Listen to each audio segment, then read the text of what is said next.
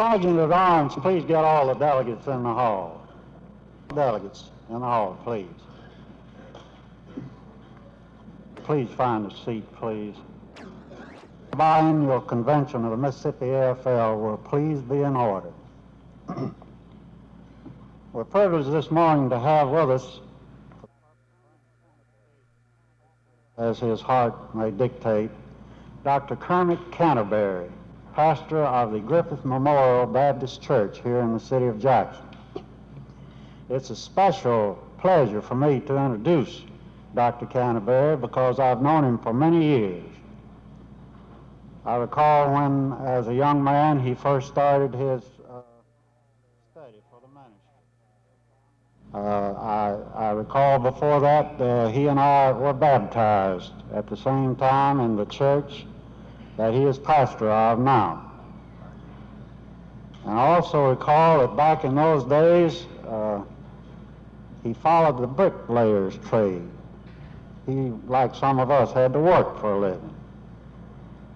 And he was a member of the Brick Masons Union. I do not know just... BMTRU? That sounds like something that we don't have now, I don't know. But BMTRU, he says it was. Anyhow, it was a Brick Masons Union. I remember also that in those days, he was a pretty good domino and volleyball player. And some of the others in the hall remember too, when we used to play dominoes and volleyball down at the old number 4 fire station here in Jackson. So Dr. Canterbury knows something of our problems because he has been a member of organized labor, and he has done a wonderful work since that time in the service of his Lord and the service of his fellow man. And it's indeed a pleasure now for me to introduce to you Dr. Kermit Canterbury, who will bring the invocation. Dr. Canterbury. Mr. Bowers and friends, he gave me a personal privilege of saying a few words also, so I will do that first and then go into the invocation. It certainly is a joy to be here this morning. I belong to the Bricklayers, Masons, and Plasters International Union. At that time, we were under Green, and that was long before the FNL-CIO, I believe, married maybe or something. But anyway, I do feel for you. I have an interest in you, and it is so good to be here. I am reminded in seeing Bertram, and I'll call him by his first name, though, of that experience I had when I came back to Jackson. I met a friend on the street, and I asked him, I said, "How is your wife?" And he said, "She's gone to heaven." And I said, "Well, I'm sorry." I thought for a moment, and I said, "I'm glad." And then I thought a moment further, and I said, "I'm surprised." Well, anyway, there are many, there are many confusing times in our lives, and one of the worst of my whole life was during the Depression. And had it not been for the Depression, I might have gone on because I did like bricklaying. In fact, I was talking to Mr. Marshall here. I bought a little piece of land, and I want to build my own house, and I'm gathering all the old brick and so forth and so on. So I'm still one of you in that regard, although I don't think I'll be able to work more than about 2 hours each morning, because that bricklaying is hard work. If any here, you know that is true. But also I had a confusing incident this way. I worked up in the Delta when I was there so closely with Parchman, giving a lot of time to the men on death row, working with Jerry Gallego and Minor Sorbers and William Wetzel and Booga Booga LaFontaine. That group, you might have read something about it because the papers picked it up. But I remember the first experience of when they were going, this one was going to the electric chair, and I wanted to say that last word, and I thought about saying so long and good luck to you and so forth and so on. But finally, when I got there, I forgot what I was going to say, and I just said, "More power to you." Well, anyway, it was one of those confusing times, we'll say again.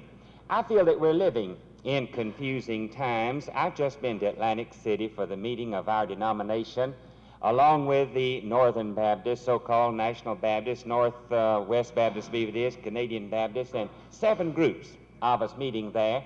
And I came away just about as confused as when I went, because I felt like that even Billy Graham and the others whom we do admire, does not have the whole answer by any means to this confusing time that we have, with the exception of one answer, and I'll give it to you in a moment. I do not for a moment say that I do have the answers. When I first came, I'll give this true experience too, to Jackson. I was intermediate. Well, a little older. I was just a very young person, and an intermediate girl asked me this question, said, why is a fire wagon red? Well, from North Alabama, I didn't know anything about fire wagons, didn't know whether they were red or not till I'd hit the city. So I said, I just don't know. Well, she said, this is the answer, said a wagon is a truck. It takes 2 people to truck. 2 people have 4 feet. 4 feet divided by 4 equals 1 foot. 1 foot is a ruler. Queen Mary was a ruler. Queen Mary is a ship. A ship is made out of wood. A newspaper is made out of wood, and the newspaper is red, therefore a fire wagon is red. Well, anyhow, I'll say again, I was just about as confused when she got through with it as when I heard it. But we are living in confused times, there's no doubt about it. At our meeting, we were reminded again that our population explosion all over the world will double, maybe to 6 billion, and we're reaching 3 billion and more now, by the end of the century. Our colleges, many of them will not be able to take by any means those for training by 1975. We're living in an expensive time when it does cost a lot for everything in the world. This was a remark that was made by one, and I'm sure that you have heard about it. An outstanding man of the Union said that by another 10 years, that automation would be so great that we can turn out the work that we're now doing in about 1/3 of the time. Well, now that just gets me. What will we do with our time, that other 2/3? Will we be working, as the electric workers have asked for recently, only, 27 hours a week? Will it drop down to 20 hours a week? I'm saying that maybe we can get some good out of it. Maybe I could recommend what Mr. Marshall and I do. We have a little farm on the side, and we're gentlemen farmers in those hours that we have off. I like to go to the fire station and play dominoes now, and that's one thing I kind of have an envy against the firemen. They're working one day and off too, though they work the long number of hours. I'm not saying they're not working enough hours, but anyway, they have so much time for that extra farming, that extra thing they want to do. Some have been going to psychologists, and I have a number of ideas about that too. You might have heard about those 2 fathers up in the Delta who were talking about their boys in this day and time. And one of them said, I don't know what in the world I'm going to do with my children, my boy. The other one said, you don't know a thing till you've met that boy of mine. Well, anyway, the first one said, let me illustrate. He said, John, come in here. John came in the room. He said, John, here's a nickel. Go down to the Ford Motor Company and get me a new car. John went on out of the room, and the other man said, but wait a minute, let me call James in. So James came in. He said, James, I'm down at the country club. You go down there and tell me to come home. Both the boys got on the outside, and they started discussing their parents, and I say it's a 2-sided thing. And so John, talking to James, said, I don't know what I'm going to do. Said, a moment ago, my dad gave me a nickel and told me to go down to the Ford Motor Company and get him a new car, and didn't tell me what color to get. And then James said, well, I don't know what in the world I'm going to do either. Said, my dad told me a moment ago to go down to the country club and tell him to come home. Said he was sitting there by the desk. The phone wasn't busy. He could have called himself. Well, anyway, as I said in the beginning, we're living in confusing times. There's no doubt about it. You're meeting here maybe to erase and get some of the answers. But I do think that all of the legislation in the world, and I'm for the laws, I'm for the Constitution as it is, without changing that First Amendment about prayers in school. I believe we can't afford to destroy into the laws that we've got, but I do think that righteousness exalteth a nation, and sin is a reproof to any people. I do think that we must observe law and order. You might have read in the morning paper where such routing started down in Lima, Peru, so that 200 or 300 people were stoned to death. If that population explosion comes and we continue in having outlawlessness as we do have so often, I'm saying that we're living in a confusing time, and maybe I don't know the answer completely. When I was in the services, and many of you were no doubt, we had this experience. One time we had come to give out some awards, and giving maybe a bronze medal and so forth, a good conduct medal. Anyway, when we were there, it seems that in the time that a first sergeant was kicked by a buck private, and also a colonel was kicked by his captain. Well, you know how it is when the very important people, VIPs, can't come up. The captain said, well, I just brought my gun to parade dress and hit a reflex muscle in the knee, and it was just one of those automatic things when I kicked the colonel. But when it came to this private's time, he knew he didn't have a chance anyhow. He said, well, when I saw the captain kick the colonel, I thought the war was over, so I started kicking. Well, anyhow, it seems that that is about what we face today. Everybody kicking, maybe not looking for the complete answer on it. I'll give another confusing one. A woman went in to see her psychoanalyst, and she said, I've got a little boy, and when he comes home from school, he makes a nest in one of the chairs in the front room, and he gets up on that nest and he sits for a while. Then when he gets up, he flaps his arms and cackles all over the house. Well, the doctor said, my lands, lady, why in the Sam Hill haven't you been to me sooner? How long has it been going on? She said, about a year. And then he said, well, why didn't you come? She said, well, we needed the eggs so badly. I'm saying again that we're living in confusing times. I don't think the parents know the answer every time, and I don't think the young people of our generation know the answer. And sometimes I'm wondering, by the way, Hubert Humphrey spoke at one of our meetings up there, at least to one of the group meetings, and I didn't think he had the answer by any means either. I'm just saying that there is an answer, I believe. I believe there are greater opportunities maybe in America than ever before. And I'm going to use this in closing maybe to illustrate. I did come up during the later part of 1929 and 30, serving my apprenticeship. I couldn't even get enough work there for a while to even keep in practice. It was hard on my poor old back, and I've still got a weak back. And my fingers would wear out on the brick and so forth. And I got to talking now and then to some bricklayers along the way, and they say we don't lay over 1,000 a day. Why? Back there at times we went up in the Delta when we were averaging 3,800 a day. And I happened to be a pretty fast bricklayer, though I was an awfully sloppy one. So I know I was laying well over 4,000 a day. I'm saying that times are better in that regard. Maybe the extra time that you will be getting is good. And I'm saying that maybe automation will not take away jobs, but add some. Give us more time for leisure, more time for other things. But I believe in it all, I recommend this one thing, that you don't forget that it is God that is the one that's behind it all. I believe that that's the reason America is the #1 nation in the world, because of the great blessings that have come upon us.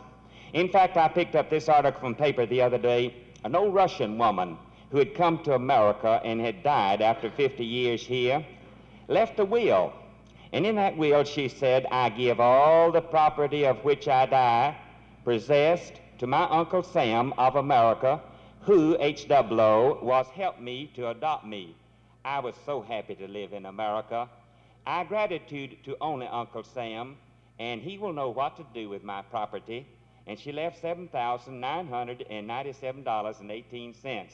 Now, that is the same gratitude we ought to have for our land, and we ought to be interested in its future, no matter about the explosion, no matter about the better working conditions. I think they'll come, better hospitalization, better retirement.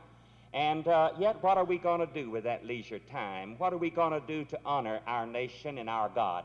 Let me illustrate. I said that this is God's nation. I believe that.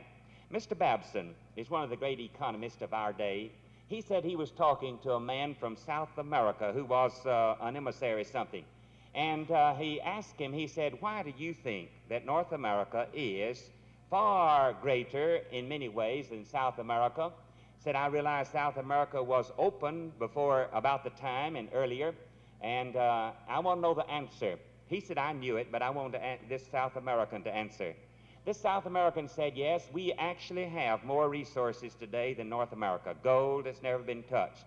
Brasilia, which is a way back in the hinterland with woods to be cut and everything in the world in possibility. But says, I'll tell you the reason I believe that North America has progressed and has more enlightenment and is greater. Said South America was founded for one purpose above all else. Said the conquistadors who came were looking for gold, gold, gold, stealing from the Indians, taking from the Incas, and so forth, but said North America was founded for another purpose. The people who came to North America were seeking God. And I believe that is a true illustration, that is the answer that history ought to write, that we ought to keep our mind on that one thing, that it is God who has given to us the possibilities, the potentialities, the opportunities, the blessings that are ours. And so let us seek Him for the answer, and I believe He'll give it to us in His Son, Christ Jesus. May we pray together. Our Father and our God, it is good to come here this morning and just say a few words to this group of men and women. We're thankful for them. We're thankful for their work, for their leadership, because we feel that it is through these people who are organized, who are in unions, that they have helped with the ones who've gone before them to lift up working conditions, to get us out of that period when man worked 12, 14 hours a day, to get out of the mines where men worked in darkness and did not even see the sun 7 days a week, and to see the blessings that are about us in this land. We feel, Father, that it is because they and others before them have been resting upon the Word of God, the open Bible, and that they have had a vision of love for others, and a vision and a love for the world about us and this land of ours. And so we pray that Thou wilt continue to bless them, bless their homes, bless their families. We're thankful that every man here, we believe, owns his own home, and we know that's not true in any other place in the world. How thankful we are, Father God. We pray that we may not lose these blessings, and that we may have a concern for every person about us, and that we may continue to honor Thee and to love others and to serve Thee in this great land. For we ask it in Jesus' name and for His sake. Amen.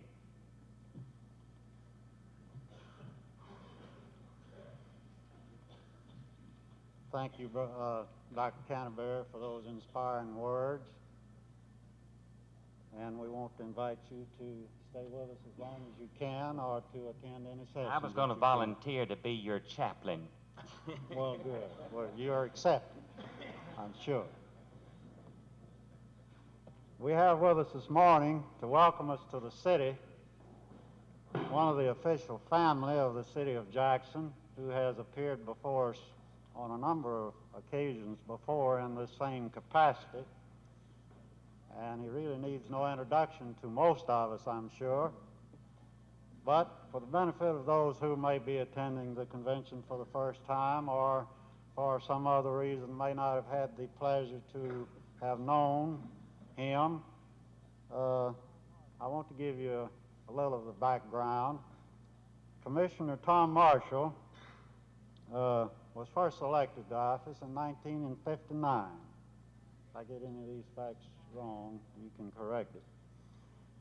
And he is responsible for many of the areas of our city government, among which is the sanitation department, the health department, and the fire department. And his duties are many. He's a busy man. Yet he finds time to serve also on many civic and welfare organizations. And we are so appreciative of him taking time out from his duties this morning to come down and appear before us and to welcome us to the city of Jackson. My pleasure now to present to you Tom Marshall, Commissioner of the City of Jackson.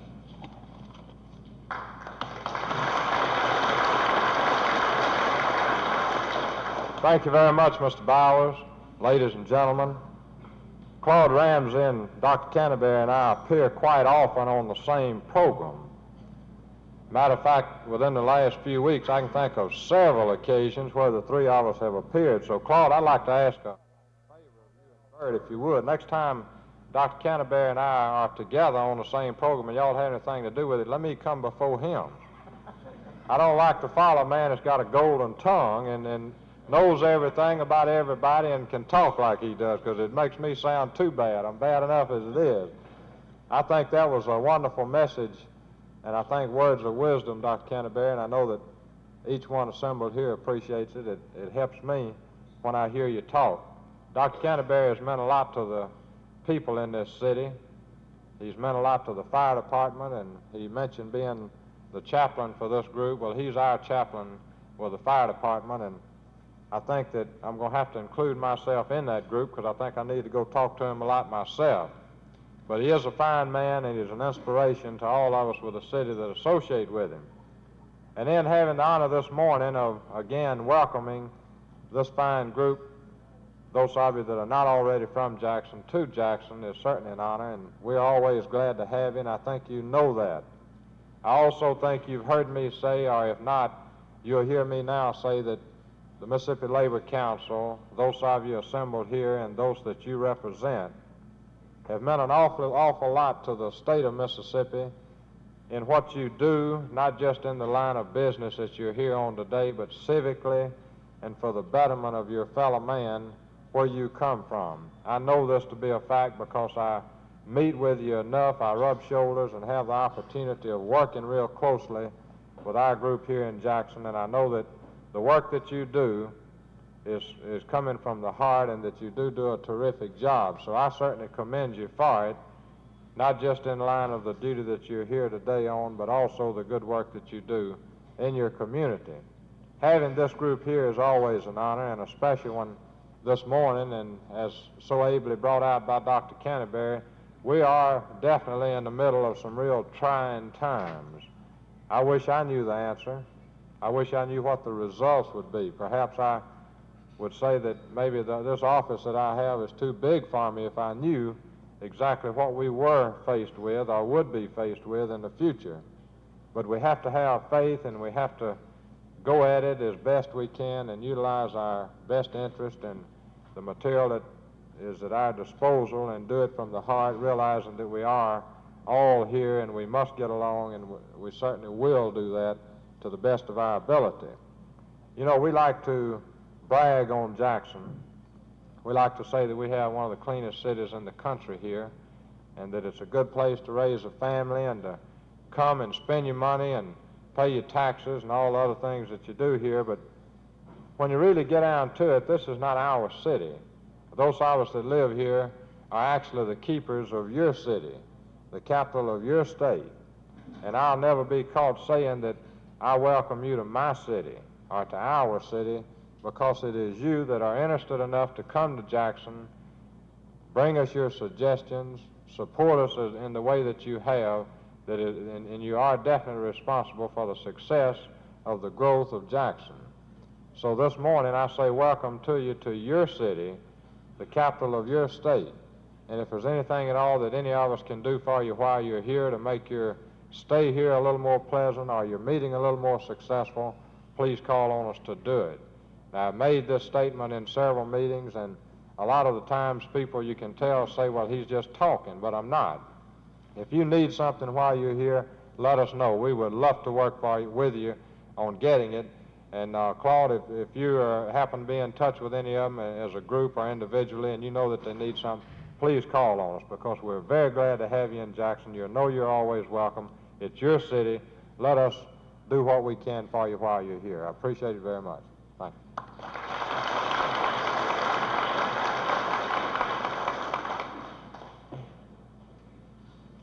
Thank you, Commissioner Marshall, and we extend to you, too, an invitation to stay as long as you wish or to attend any of the sessions of this convention. We know that you're busy, and we appreciate you coming very much.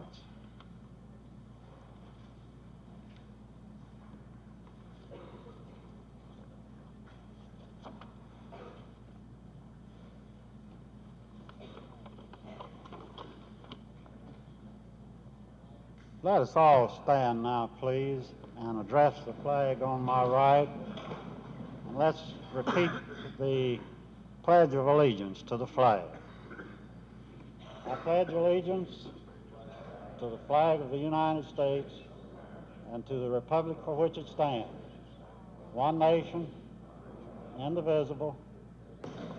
Now, in behalf of the Jackson Central Labor Union, I too want to extend a hearty welcome to you to the city of Jackson, your capital city, as Commissioner Marshall pointed out. And I want to say that if there is anything that any of us, officers or members of the affiliated unions in the city of Jackson, can do to make your stay here more pleasurable or more productive in any way, we certainly want you to call on us. We want to be of service. We'd consider it a privilege to be of any service we can to you. Now, I'm not a long-winded fellow, and I'm not a great speaker, so I'm not going to make any great speech. But I do want at this time, just briefly, to introduce to you the officers of our Jackson Central Labor Union, so that in case something comes up that you need assistance with, you contact one of them, and I'm sure that he or she will be glad to assist you in whatever way they can. Now, I don't know that all of the officers are here, but I'll call the names, and as I call them, I want you just to stand briefly so that the people can see you. First, we have to start with age. So I'll introduce the oldest man of the group, and that's Brother Claude I. Bruton, who is Secretary of Treasury. Is he in the house? There he is. Now, before he has a chance to get back at me, I want to hasten to say that I was referring to his length of service, not to his age. Claude is now serving in his 20th year with the Jackson Central Labor Union as Secretary of Treasury. Then we have Brother E.S. Hutto. Is he in the house? Brother Hutto isn't here. Brother Joe McAtee. I know he's here. Brother Joe McAtee, and he is the Public Relations Vice President of the Jackson Central Labor Union. And he's the man, if you get in a financial pinch and need a little money, see him. I'm sure he can fix you up. Next is Arthur Condia. Arthur Condia. He's our Legislative Vice President. G.T. Johnson. Is he present? Well, G.T. Johnson is our Educational Vice President, and he isn't here. And Brother Howard Jones, who is our Organizational Vice President. And I believe oh yeah, there he is. I thought maybe he was back there. He's on the... And then we have Mrs. Doris Kelly, who is a trustee. Is she here? Yeah, there she is back over in the corner. And Jack Schaefer, who is also a trustee. So if you need any assistance, you see any of these people, and I'm sure that they'll be, if they can, they will render whatever assistance that you have need of. Now it's time to get the business of the convention underway, and it's my pleasure to introduce to you our president, whose responsibility it is to see that this business is conducted. It's been my pleasure to work with Brother Claude Ramsey for the past few years as an executive board member of the Mississippi AFL-CIO. We haven't always agreed on all questions. We have agreed on most. And I will say this, that those we didn't agree on, we have been able to disagree agreeably. And I found Brother Claude to be a capable, a sincere, and an honest official and leader. And it's my great privilege and pleasure at this time to turn this meeting over to our president, Brother Claude Ramsey.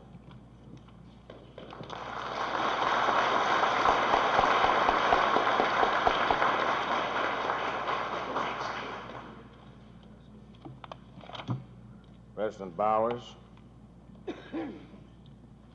distinguished guest, delegates to the convention, ladies and gentlemen, let me say that it's a real pleasure again for us to have our people assemble again in our capital city and discuss our problems and make an effort to make a contribution to the welfare of our state. I think that each and every one of you realize, as the Reverend Canterbury pointed out this morning, that we are indeed in trying times. We have some most severe problems that must be resolved by the people of Mississippi.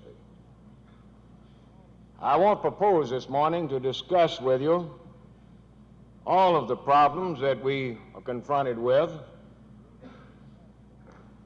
I do, however, want to briefly discuss with you the situation that's existing at the present time in the Mississippi legislature. I want to review with you briefly some of the activities of our organization during the past 2 years. And then I want to also discuss a matter that is of much concern to myself and a number of other people in positions of leadership in this labor movement concerning certain hate groups that are now trying to influence the labor movement of this state. I doubt seriously if there's anyone in the state of Mississippi that's been cussed or discussed any more than the last few weeks since Claude Ramsey, the president of your organization. And the reason for that is very simple. There's a certain element in this state that felt or that feels that the labor movement in Mississippi has been making progress in the last few years, and that if they could destroy Claude Ramsey and other officers of this labor movement, then that progress would cease. That's what it's all about. And let's make no mistake about it. Now, before I go into that matter with you, I want to discuss briefly our legislative situation, as I pointed out before, because we have a most important matter that's going to be resolved in the legislature in the next 2 days, probably this afternoon in the Senate. Now, there's no question but what there has been some improvement made in the makeup of the legislature because of the reapportionment of that body and the fact that you made a contribution to reapportionment, and that you also worked in the elections of last year and saw that there was some responsible people elected. There has been an improvement in the makeup of the legislature. But we are still faced with the fact, in the House of Representatives, that the old guard is in complete control of the situation. And by that I mean this. The leadership is in control of the committee assignments in this body, and this means that it's virtually impossible for legislation beneficial to the great masses of our people to be approved by a committee, which means that the legislative process is slowed down and that without a favorable committee report, it's almost impossible to get legislation that we're interested in voted on or get it on the floor for a vote. This is a situation that we're faced with today in regards to the sales tax. Now, the situation is a little bit different in the Senate because of the makeup of that body and the fact that the presiding officer is elected by the people of the state and not by a given group within a given county. Strange state of affairs. When the legislature convened in the city of Jackson in January of this year, everyone knew that we were faced with financial problems, that the legislature was going to have to raise between $30 and $40 million in new money, and that problem is still there today after right now going into the 21st week. Now, the reason for this, again, the powers that be in control of the situation had made up their mind at the very outset that the only taxes that would be levied would be a sales tax. This is how simple it was. There was enough opposition in the House, and it has been defeated on several occasions, to defeat a sales tax increase. Sufficient votes in the Senate to defeat a sales tax increase. But they knew if they starved the boys out long enough that eventually they'd get it passed. Now, this happened just recently in the House, as you know. The sales tax, a half-cent sales tax increase, was passed by a hairline margin. One vote is always needed to change it the other way, just one vote. Now the school teachers is in the picture, of course. Now they're using the school teachers to force the issue. Now the Senate is placed in a position. If they don't vote for the sales tax increase in the next 2 days, then they're against giving the school teachers of the state a salary increase. This is exactly where we are in this situation. Well, I say that it's high time that we call a halt in this proposition, and that we let the school teachers of the state know that there's nobody here any more friendly to their cause than we. But we can't go this route. If the school teacher is going to be used to hike the sales tax, then this is where we have to separate. There's another matter in the legislature of great interest to us, and that's the matter of unemployment insurance. Certain groups in this state advised us that there would be an effort made in this legislature to revise the financing of unemployment insurance. We debated this question before the Employment Security Commission practically all summer, because that body is given the authority to make recommendations to the legislature for any changes that they see fit or desirable. We convinced the Employment Security Commission that this legislation wasn't needed. The Advisory Council to the Commission turned thumbs down on it. The Commission rejected the proposal. But these people decided anyhow, in spite of this, that this had to take place. Well, again, after much lobbying, spending an awful lot of money, this group passed this so-called chargeback proposition in the House of Representatives, and it's now before the Senate and the Finance Committee of the Senate, where we hope that we'll be able again to stop this onslaught. It's a funny thing, this proposition is, how these people have been able to mislead a large group of employers in this state. Ingalls Shipbuilding Corporation alone, this proposition would cost them right at $500,000 in new taxes every year. And of course, you fellas that represent those unions from that place, from that shipyard, know what it's going to do for you. You're going to be spending all of your time trying to collect unemployment insurance for your members if this proposition is adopted.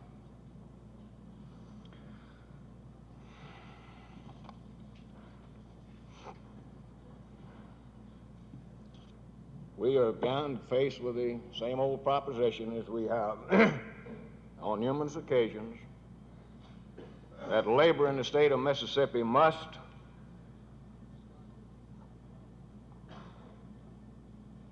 count its progress by the lack of damage done. This is the situation right now. We have to count progress by the lack of damage done. Now, I want to talk with you a little bit about some of the bad legislation that's been enacted by this session of the legislature, because there has been some bad legislation enacted, all under the guise of segregation measures. Several bills of this type was enacted already, has been enacted by this legislature, and each and every one of them can be used against our labor organizations. Make no mistake about it. Number one, the boycott bill, it's got you right in the middle of it. Number two, several of these anti-picketing bills, the building trades might as well get ready. They're going to use them on you. In 1960, when they passed legislation of this kind, you know where it was used at first? In the city of Hattiesburg on a picket line that I was maintaining, a little envelope plant down there. That was the first place that this legislation was used. And frankly, I'll tell you right now, they're shooting at you with this issue. Now, I want to talk with you a little bit about some of the hate groups that we have in the state and how they're trying to influence our labor movement. This convention is going to be called upon to make a decision before it's over with in regards to some of these organizations. We're going to ask you to go on record.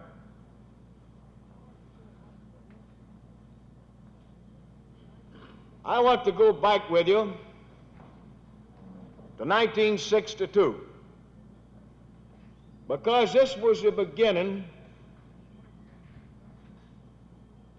as far as Claude Ramsey personally is concerned, and the fact that the John Birch Society and several other groups in the state decided I had to be removed or destroyed.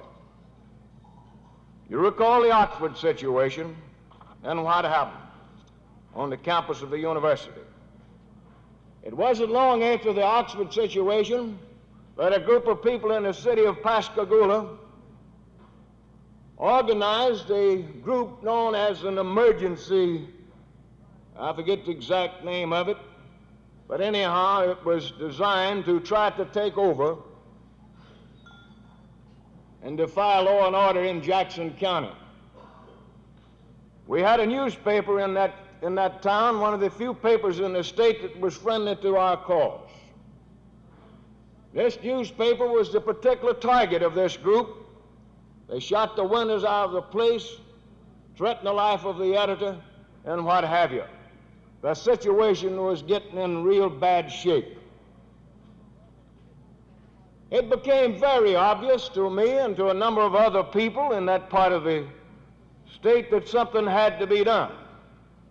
This hate group was going to absolutely destroy the economic progress of Jackson County and our labor movement with it. I consulted with a number of our friends in that area. All of them were afraid to speak out. After consulting with the leaders of the labor movement in that area, I felt it was incumbent upon the labor movement of this state to take a position and let the people in that county know what was about to happen. I requested to appear before the Metal Trades Council and to discuss this matter with that organization. This is a group that represents the trade unions and the shipyard. And the paper, I gave them the text of what I said, and they ran an editorial. And I want to read that editorial to you here this morning.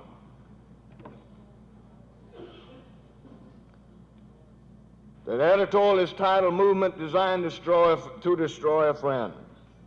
To the everlasting credit of the Jackson County working man, it remained for a labor leader to make the first public statement in condemnation of the hate group recently organized in your courthouse. Claude Ramsey of Franklin Creek, president of the Mississippi FFL-CIO, addressed a meeting of the Pascagoula Metal Trades Council last week. He released text of his remarks for publication in the Chronicle today. It follows. We are very fortunate in this county that we have a daily newspaper friendly to our cause. As a result of this friendliness, this newspaper has been the target of our enemies on numerous occasions, such as the situation today. I refer to the Jackson County Citizens Emergency Unit. Our enemies have initiated a movement in our midst designed to destroy this friend. We must not allow this to happen. Considering the fact that we have good race relations in this county, it is most difficult to understand the motivating force behind this movement. if it's not being furnished by our enemies. I fear that many members of your organizations do not realize that their jobs can depend upon a continuation of good race relations here. Do they realize that one serious race disturbance can terminate the shipbuilding industry in Jackson County? I can tell you that the management of Ingalls Shipbuilding Corporation does. I have recently discussed this matter with Mr. James Moran, Administrative Vice President of Ingalls, and he advises me that they are very much disturbed. Mr. Moran has good cause for concern. Practically every ship produced by this company is subsidized to some degree by federal funds. A racial disturbance can cause this company to lose future contracts. It necessarily follows that this in turn would mean the jobs of many of our members. My appeal to you is to get the facts before your membership before it is too late. It is important that we come to the defense of the Chronicle. It is even more important that we do everything to keep this shipyard in operation. That was a statement that I made before the Metal Trades Council. It had to be made, and I don't have any apologies for it. We couldn't afford to see Ingalls Shipbuilding destroyed and result in the loss of a lot of jobs for our people. It wasn't too long after this that it became necessary again for me to come to the defense of one of labor's friends, and this happened before a convention of the Alabama Labor Council, when one of the best United States senators from the South was up for re-election and he had his back against the wall. Senator Lister Hill. A gentleman by the name of Martin was about to defeat Lister Hill for that position. And you know what they were using in the election? They was using the Oxford situation and what had happened in Mississippi, and the fact that the federal troops had come in, and that Lister Hill was a loyal Democrat. This is how simple it was. They asked me if I'd have a word to say to the convention, and I said I would.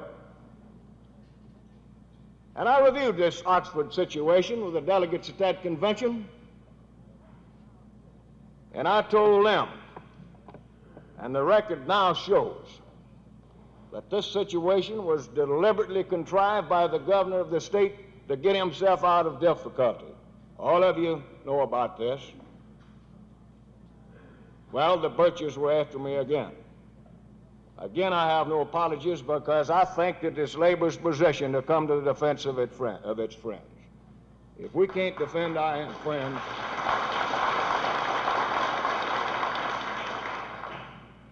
if we can't defend our friends in a situation of this kind, then I think we might as well fold up and go home. This is how I feel about it.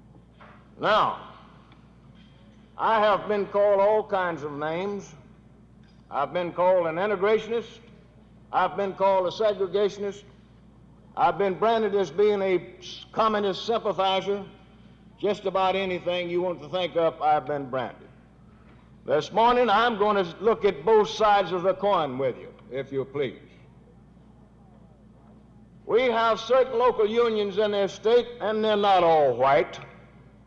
We've got a number of local unions in this state that are predominantly Negro in membership. There are not many of them affiliated with this organization. We got, what, 5, 6 Negro delegates at this convention? I've met with a number of our colored locals. They're listening to some people outside of the labor movement. They're influencing the Negro groups. What happened in Pascagoula? As a result of my speech before the Metal Trades, I got a special delivery letter from a gentleman who claimed he had been discriminated against when he tried to enter the apprenticeship program in that city, or in that shipyard. A copy of that letter was sent to the National Labor Relations Board. A copy was sent to George Meany, the president of the AFL-CIO. I didn't quite understand why the special delivery status of it all, so I made an investigation. I wanted to find out what this was all about. I called on the gentleman, a young Negro, I guess about 25 years old. I had a little discussion with him about the situation, and he told me what had happened. He'd been fired, and he'd been fired because he made an effort to enroll in the apprenticeship program in the metal trades, and that the union wouldn't do anything for him. I asked him, I said, what local union are you a member of? Oh, he says, I'm not a member of a local union. I said, how long have you been working, or how long had you been working at the shipyard? Oh, he says, I've been there this time, I guess, about 6 years. He'd worked there 6 months. He'd been there several years before this. And I said, you didn't join the laborers local, that had jurisdiction here on this thing? He says, no, we have a right to work law, and they couldn't force me to join, but he says, under the law, the union's supposed to represent me anyhow. I says, well, now that's true, but you've called on me for help in the labor movement, and it's going to be most difficult for me to help you, and you're not a member, a freeloader is what it amounts to. I said, who's advising you concerning this situation? He said, a gentleman by the name of Mr. LaFleur from Mobile, Alabama. Some of you people from down that way know who Mr. LaFleur is. It's besides the point. I checked it out further, consulted with the business agent of the local union, and he advised me that he had investigated the situation and that the gentleman had been fired for just cause, that he didn't have a legitimate grievance. I didn't stop here. I checked it out with the management of Ingalls Shipbuilding, Mr. Moran himself, because of the implications involved. And he advised me the same thing. I made a thorough investigation because I wanted to find out what was going on, because the letterhead went to me. I made a report on this situation, and it was very simple. I advised those people that the gentleman didn't have a legitimate complaint, that he was trying to use the labor movement, and he wasn't anything but an outright scab, and I wasn't going to defend a scab in this situation. That was my report. Now, I wanted to say this to you. I wanted to say this to you because that we have some other groups infiltrating our labor movement. We have some local unions that are listening to the White Citizens Council and the John Birch Society, and they're trying to use our own movement to destroy us with. This is the reason I wanted to touch on this other side of the coin here this morning. Now, as far as I'm personally concerned, the labor movement in the state of Mississippi is going to have to make up its mind, and it's going to have to make it up in a hurry as to whether or not the John Birches, the White Citizens Council, the NAACP, and either the other Negro groups are going to take over and run this organization. We're going to have to make that decision in this convention. We're going to have to get back to sound trade union principles. And if the Birches have took it over, if they've got control of this organization, I don't want to be president of it, and I want you to know that. Most of you have read the papers recently about the fact that the executive committee of this organization has filed a protest with the FCC objecting to the renewal of the license to Channel 3 WLBT here in the city of Jackson. You've got correspondence from us. You've probably got a book of information that we've sent out to you on this particular thing. I don't intend to go into the details of that proposition with you at this time. I will advise you to this effect, that the executive board of this organization yesterday afternoon, by a unanimous vote, agreed to bring this matter before this convention and let the governing authority, the delegates, make the decision on this question. At 2 o'clock this afternoon, the Executive Board will present a resolution to this convention concerning this matter. It's going to be discussed thoroughly. The delegates are going to be advised what this is all about. So I would certainly like to request that each and every one of you be in attendance at 2 o'clock this afternoon. We're going to make a decision of utmost importance. There are many things that I'd like to discuss with you this morning, but time won't permit. We have business to take care of. We have other speakers that you want to hear. And with these remarks, let me say that I have enjoyed being your president for the last 2 years.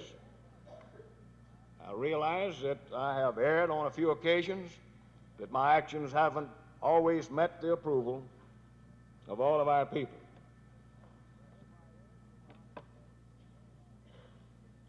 But if I erred, they were honest errors. And there's no one in this labor movement any more concerned about the welfare of not only the trade union members, but the working people of this state, period, be they black or white. Thank you so much.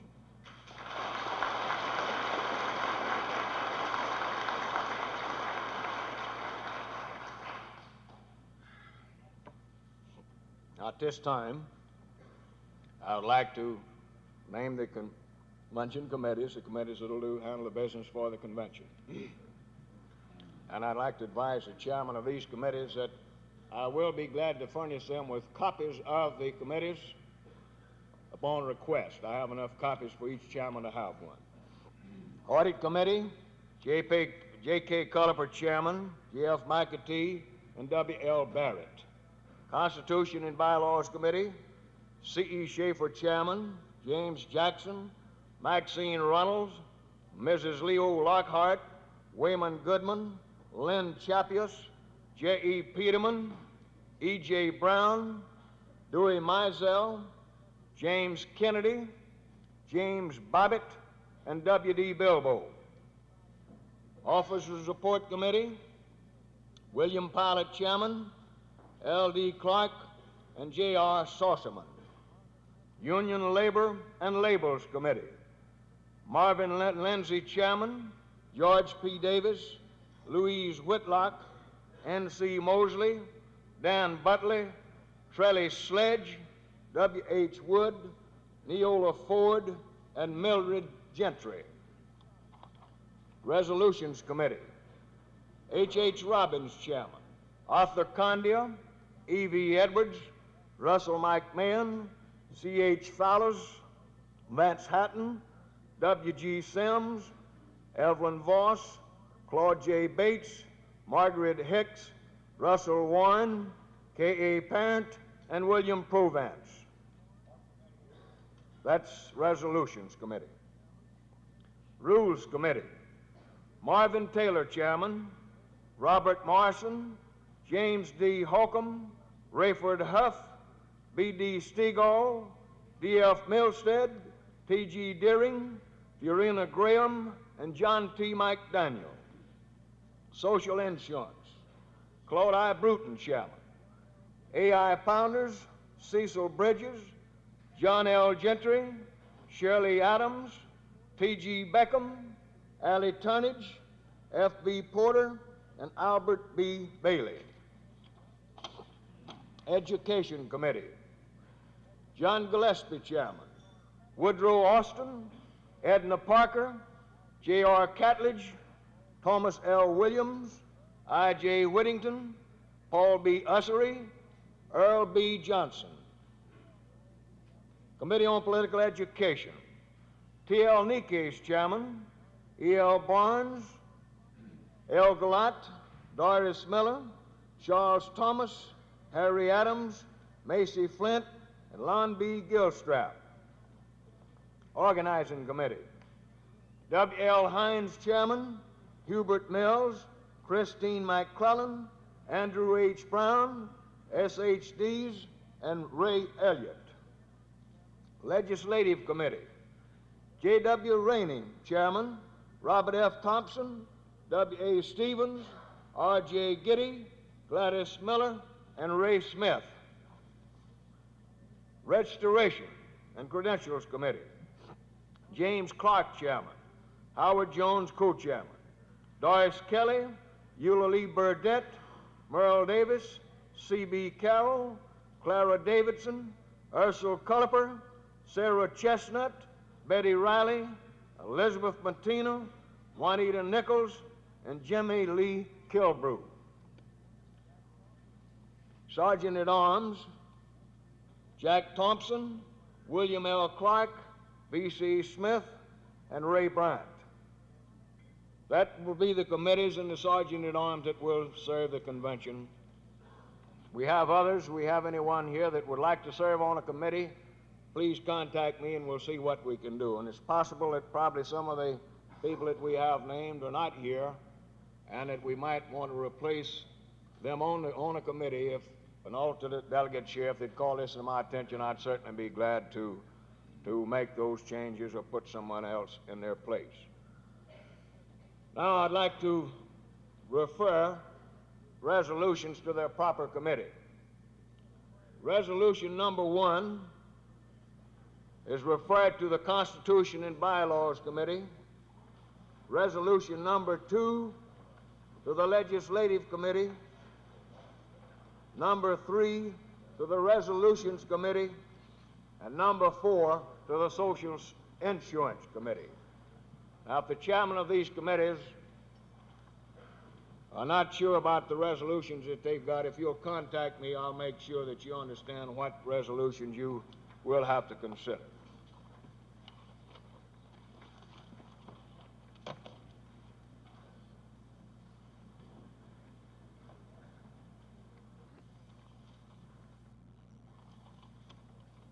Before I introduce the next speaker, I'd like to acknowledge a couple of wires and some communications that we have. Wire from Mr. Dale Cobb, Manager, Conventions and Visitors Division, Jackson Chamber of Commerce. Welcome to Jackson. We are privileged to have you as our honored guest, and we urge you to select your capital city for your 1965 meeting site. You can be assured of our full support and cooperation. One from the mayor of the city of Jackson. The citizens of Jackson join me in extending a very warm welcome to the Mississippi Labor Council and a special invitation to hold your 1965 conference in Jackson. A friendly city, Jackson is a home of fine churches and varied recreational facilities for your leisure time. You are sincerely urged to enjoy your visit while you renew friendships and make new friends in an atmosphere of contentment, culture, and refinement. Signed, Allen C. Thompson, Mayor of the City of Jackson. I'm not going to read all the communications I have. I've just make mention of them. I have a letter here from the President of the Louisiana FFL-CIO, Victor Busey, expressing his regrets that he would not be able to accept our invitation to be on our program. I have another letter from Frank E. Smith, Director of the Tennessee Valley Authority, former congressman from the state of Mississippi, who also expressed his regrets that he would not be able to accept our invitation to address the convention. I have another letter from the Honorable Claude Pepper, a member of the United States Congress, who also expressed his regrets that he was not able to accept our invitation to attend the convention and address the delegates. I have another one from the Honorable Hale Boggs of Louisiana, expressing his regrets that he would not be able to accept our invitation. Another one from President Joe Byrne of the Communication Workers of America, likewise expressing his regrets that he would not be able to accept our invitation as one of your convention speakers. We have another one from Mr. Joe Lewis, Director of the Union Labor Department, likewise advising us that he would not be able to accept our invitation. And I have several others that I'll mention later on in the convention. Now, at this time, It gives me a great deal of pleasure to present to you your Secretary-Treasurer and Director of Political Education, Brother Thomas Knight. It's been my pleasure to have worked with Tom for the last 4 years. And you know, as well as I do, that Tom is a dedicated individual and that he's been doing a magnificent job in your behalf. I won't take a lot of your time in going through an introduction with Tom because you know him about as well as I do. It gives me a great deal of pleasure at this time to present to you Secretary, Treasurer, and Cope Director Thomas Knight. Brother Knight.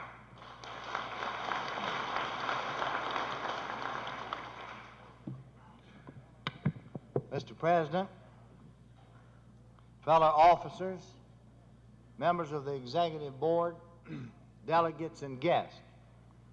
Boy, these lights, I'm telling you, they're killing me. It's a real pleasure to see each of you assembled here again today. I want to say in the beginning that I thoroughly enjoyed the last 4 years attempting to do the best that I know how in your behalf. It's always been a pleasure to go over this state to talk to you officers of the various locals, to the members, and to those distinguished officers of the central labor unions over in the state of Mississippi. Without your cooperation, your dedication and determination, it would be impossible for any officer of this organization to carry on and to get the job done as it has to be done. My throat's just a little bit out of shape this morning. That is, if it was ever in shape, I'm not sure. I've been told the only thing my voice is fit for was calling hogs. Well, maybe that's true. I feel that I should attempt to review with you, just a few minutes, some of our political activities that have taken place since we met here in 1962.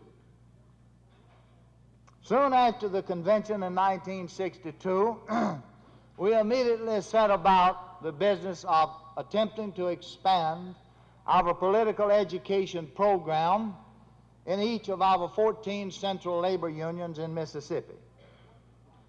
We went into each of the areas with a workshop-type meeting where emphasis was placed on political education and legislative action. During the course of these meetings, we showed a film put out by the Committee on Political Education known as People and Politics.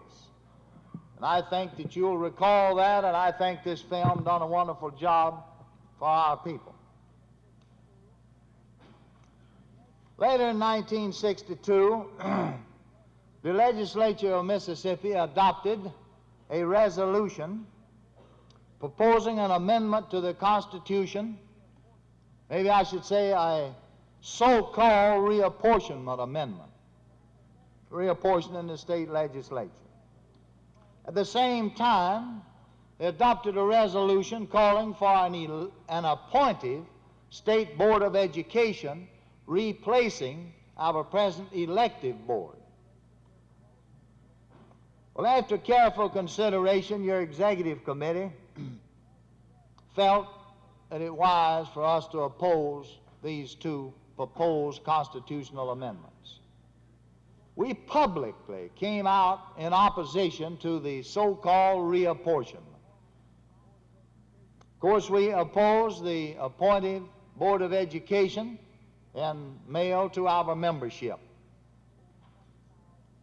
A statewide mailing of over 20,000 pieces of mail went out to our members explaining in detail why the committee had taken the position that it was taking. Several of our central labor unions over the state in conjunction with local business groups, went on television to oppose this hoax of a reapportionment plan. Both of these amendments were soundly defeated at the polls on November 6, 1962. Well, of course, as you'll recall, the governor called another special session of the legislature, and another reapportionment resolution was adopted for presentation to the people. This one, after careful consideration, we felt was not the best in the world. It was by no means reapportionment in the strictest sense, but we felt that it was a lot better than the then present apportionment of the legislature and of the previous defeated proposed amendment. We again went to our people in the mail and asked them to support this amendment, which they did. It was overwhelmingly adopted. In March 1963, we called the Central Labor Union presidents and the chairman in each central body of the Women's Activities Department to a meeting in Jackson to attempt to lay plans and map strategy for the 1963 campaign.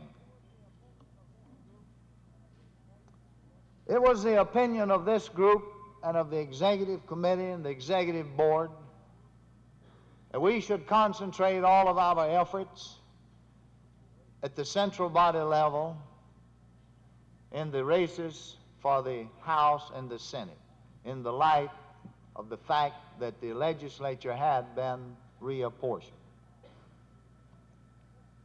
And in addition to that, to participate in the statewide offices. And again, I want to congratulate the Central Labor Unions for the first time that I know of in the history of the state of Mississippi labor movement. All of the Central Labor Unions, elected interview committees, screening committees, whichever you prefer to call them, they issued invitations to the people seeking legislative positions within their area to sit down with this committee. They had a prepared questionnaire dealing with the things of utmost importance to the members of the labor movement and their families in the state of Mississippi. They invited these people to sit down with them and discuss these issues. After this was over, these committees attempted and succeeded in coming up with a fair and impartial report and their recommendations to those Central Labor Union delegates in the area. Then the delegates accepted the reports, altered them to some extent maybe. Anyway, the people, through the proper channels, made the choice. And then the officers of your Central Labor Union, with the assistance of the State Labor Council, carried out these decisions. At the state level, your State Committee on Political Education, which is your political arm of the state AFL-CIO, prepared questionnaires, mailed them out to all of those candidates seeking statewide office and district office, with the exception of those seeking the two top offices, governor and lieutenant governor. The candidates for these two high offices were invited to meet in person with your 5 top officers, your executive committee, which served as your interview committee.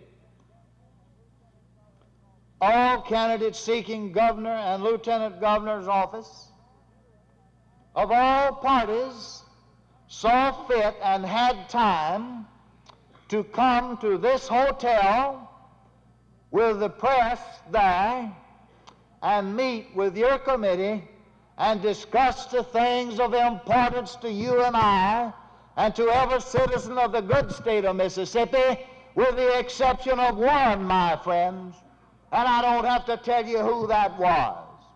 Everybody knows why this gentleman taking this position. I've never been able to understand.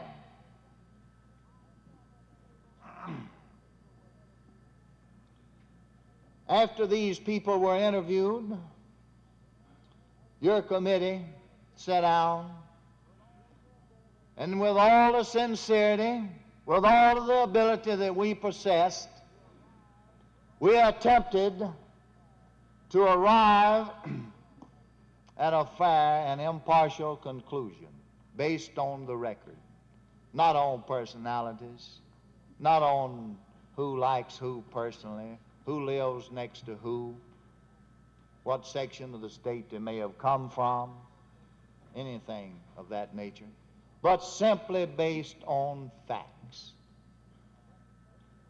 We received the written questionnaires back from those candidates running for the other statewide offices. We attempted to adjudge them, again, based on the facts and the facts only. We prepared our report.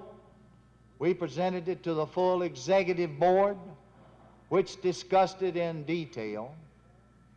This executive board then in turn presented it to the State Committee on Political Education, which is made up, in addition to the full executive board, the chief officers of all of the central labor unions in the state of Mississippi. This committee again looked at it from every angle and attempted in all fairness to prepare its report, which it delivered to the delegates assembled at the Cope Convention in Laurel in June. There, we again attempted to make the facts known to the people, and they made the choice. They made the decision. And this, your officers attempted to carry out. In conjunction with your central labor unions and the legislative races and the statewide races, over 125,000 pieces of mail was prepared in the office just around the corner here and mailed to the rank and file membership of this state, setting forth the record, the plain old facts of the matter concerning the people seeking office at your hands. In addition to this, there was a number of people that worked day and night making personal contacts, discussing this matter with our members and friends and neighbors, explaining our position.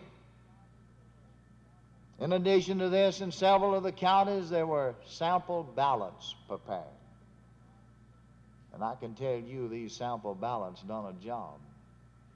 Not only the members of organized labor, but other people were begging for these sample ballots because it was an indication to our friends, ladies and gentlemen, outside of this labor movement, that the people in the local area was on the job. They were on top of the situation, if you please, and they knew that these ballots were prepared based on the facts and not personal grudges, and that nobody was trying to grind the axe with anybody. They knew this. This got the job done. This resulted, my friends, in the fact that all of the candidates for statewide office that we supported, with the exception of one, was elected. More than 50% of the candidates that labor supported for the Mississippi legislature were elected. This is not too bad. Remember, we're still in Mississippi. We're all Mississippians. We know Mississippi. We know what a tremendous job it is to get the truth through these walls of confusion and propaganda and mud and slime. and if you please, just pure, unadulterated gutter politics.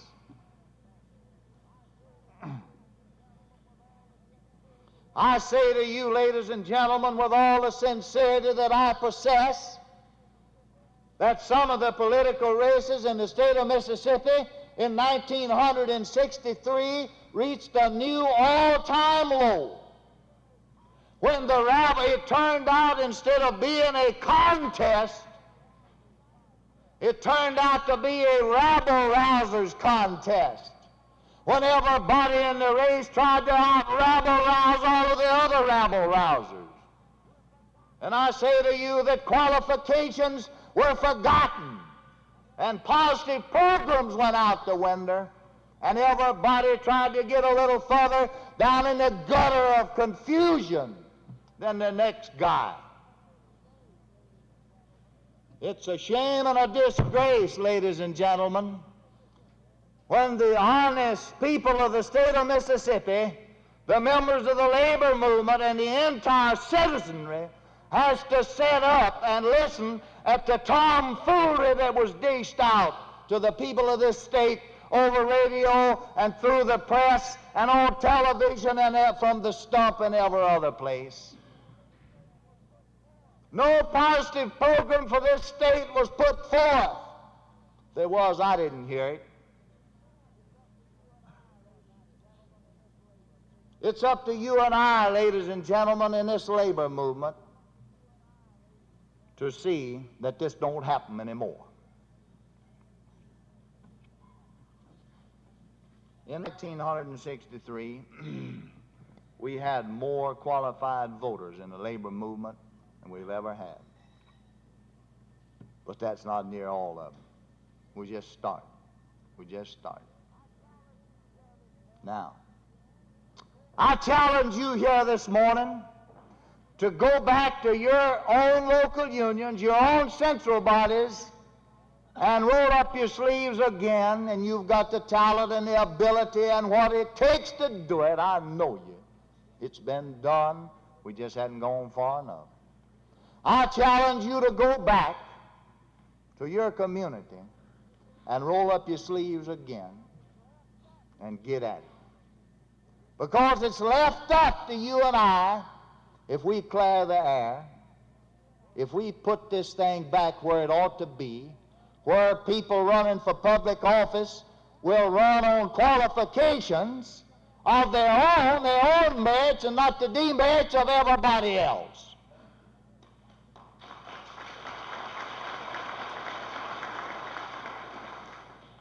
You can go back. You can take up where you left off to come to Jackson and tend to your business. And you can continue to do this job. We have got some of the finest talent in this room and some of the finest talent within our membership in the state of Mississippi that Mr. Anybody has got in their organization. And I say to you one more time, that we've passed the day when one local union, I'm not talking about any particular local, any particular organization, I'm not talking about any local union, whether there be 10 members or 40,000, that local can't do the job by itself. We have got to make up our mind that we're going to join forces at the Central Labor Union level in the area where we are, and we're going to come together at the state council level, and we are going to set all of our indicators in the same direction. We're going to finish the job of qualifying our people to vote. We are going to continue our responsibility, and that comes back to this organization, to make ourselves, to avail ourselves of the record of these people, to assemble it in its proper manner and form, and to be sure that our membership is furnished this information. And my friends, listen. Regardless of whose backyard the chips fall in or the rocks fall in, to hew it to the line and let them fall. That's the only way to do it. We're going to have to look at the record, and the record, all men making these decisions. We're going to have to forget personal friends and things because part their hair in a certain direction or live in a certain place. We're going to have to stick to the record and the facts that we've always done. And as long as I have anything to do with it, we'll always do that. But it's going to take that. You can make up your mind to that. You can just listen to Tom Knight if you want to. If you don't, okay. But that's what it's going to take. Why have we got some of the problems we got today? I can tell you why. Because the people on Silk Stocking Row have elected the people to public office, and they know it. We have got the largest potential vote of any organization within the state of Mississippi, ladies and gentlemen. Potential. Remember that? We hadn't got it cut and dried. We hadn't harvested the thing. Now, I say again that you can do that if you're mind to. It can be done. Your state organization is now in position with personnel and equipment to be of real service to the people in this labor movement. Let's take full advantage of that. Now, there's one other thing. In order to expand and intensify our political action program, and all of our programs for that matter, there's one other matter. I want you to go back to your community and those local unions that are not affiliated with the Central Labor Union and with this state council. I want you to talk to them. I want you to talk to them plain. Remind them of the situation and ask them how much they are going to accomplish. Just one local sitting in one spot by itself. Ask them. That's a good question. I don't think they can answer. That's up to you. That's up to you to help. We're expecting you to help. You can do it. You can convince these people that they belong in the Central Labor Union and in the State Council. This is the way, ladies and gentlemen, that we can get the job done in this state. And I'm very proud today that we have women folks that are active in our women's activity department programs. You'll hear more about this a little later, that have never been active before. And I want to appeal to you men here and now, whether your wife is a member or not, whether she may work in an office or a store or some other place, whether she's just a housewife. I want you to go back and appeal and talk to her about the Women's Activities Department of the Central Labor Council in your area. I want you to explain, and each of you knows something about the activities of the Women's Activities Department. If you don't talk to the president of your Central Labor Union, they all know. Talk to me. I want you to go back and explain to the wife that it's very important that she give an hour a day or 2 hours a day, every other day, twice a week, anytime, is appreciated. When we have fully utilized the talents, the ability of our women folks, we're going to be on the road to real progress. I remind you again of the people that have up to this point succeeded in electing most of the public officials.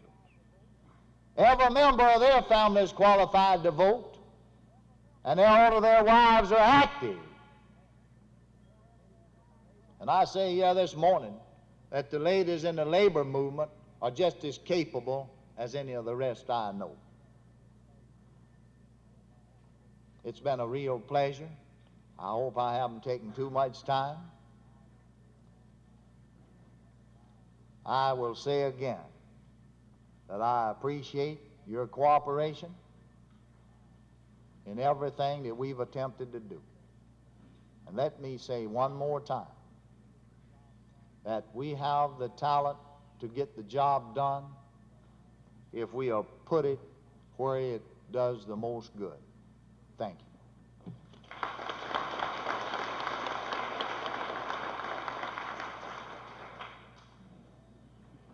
Will you please come up to the podium, please, Brother Lige Williams?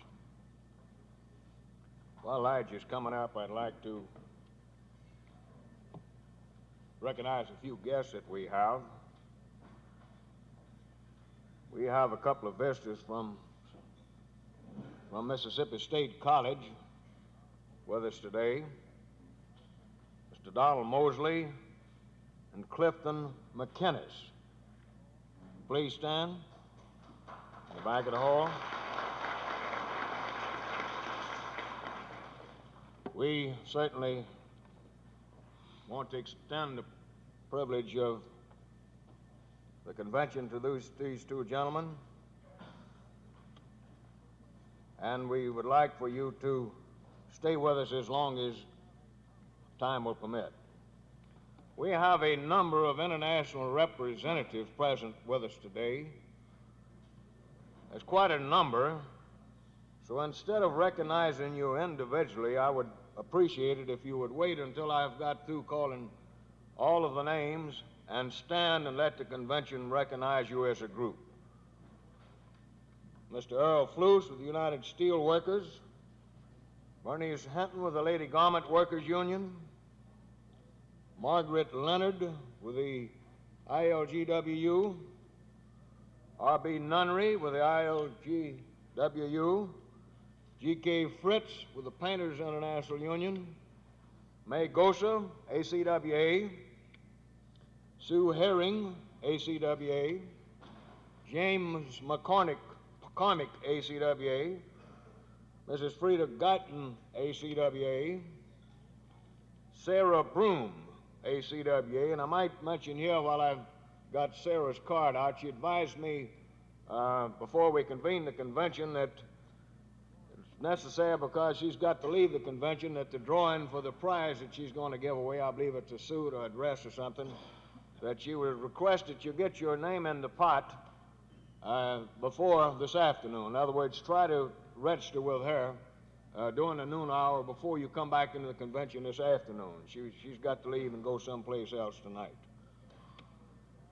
Joe Mullins with the AFL-CIO staff, Irene Dunlap, ACWA, Milton Watson, ACWA, Southern Education Director, Lonnie B. Daniel with the CWA, Emma D. Jarrett, ACWA, B.R. Upton with the Cottoners Union, Jennings Davis, ACWA, Jesse Bingham, ACWA, E.A. Dido, I believe that is, IAM. No, that's not Dido, that's Demcheck, looks like. Is that correct? Demcheck? IAM, International Association of Machinists, W.E. Sewell, also with a machinist. Yeah, I got Dino now. J.S. Dido with the ILGWU, Ray Smithhart with the Rubber Workers Union, Charles Newell with the ACWA. Would all of those people stand, please, this time? All those people that I've called.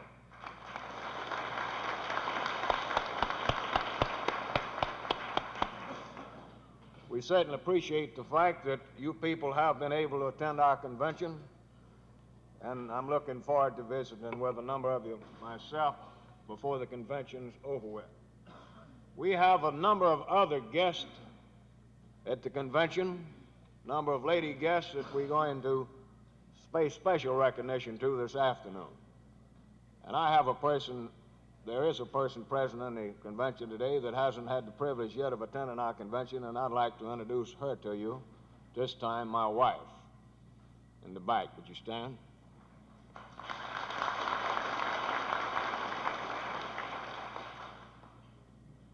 It's the first time that my wife has been able to attend one of our conventions. I think she came up here to lobby against my re-election if I ran. Now we have an old friend with us at this time, who many of you know personally. He hardly needs an introduction to this convention. He's been in the labor movement a long, long time. He headed up the Louisiana, the old FFL in Louisiana for a number of years. He's very familiar with the problems of the labor movement, not only in the South, but in the state of Mississippi in particular. So at this time, it gives me a great deal of pleasure to introduce to you Regional Director E.H. Williams, the FL-CIO. Brother Williams.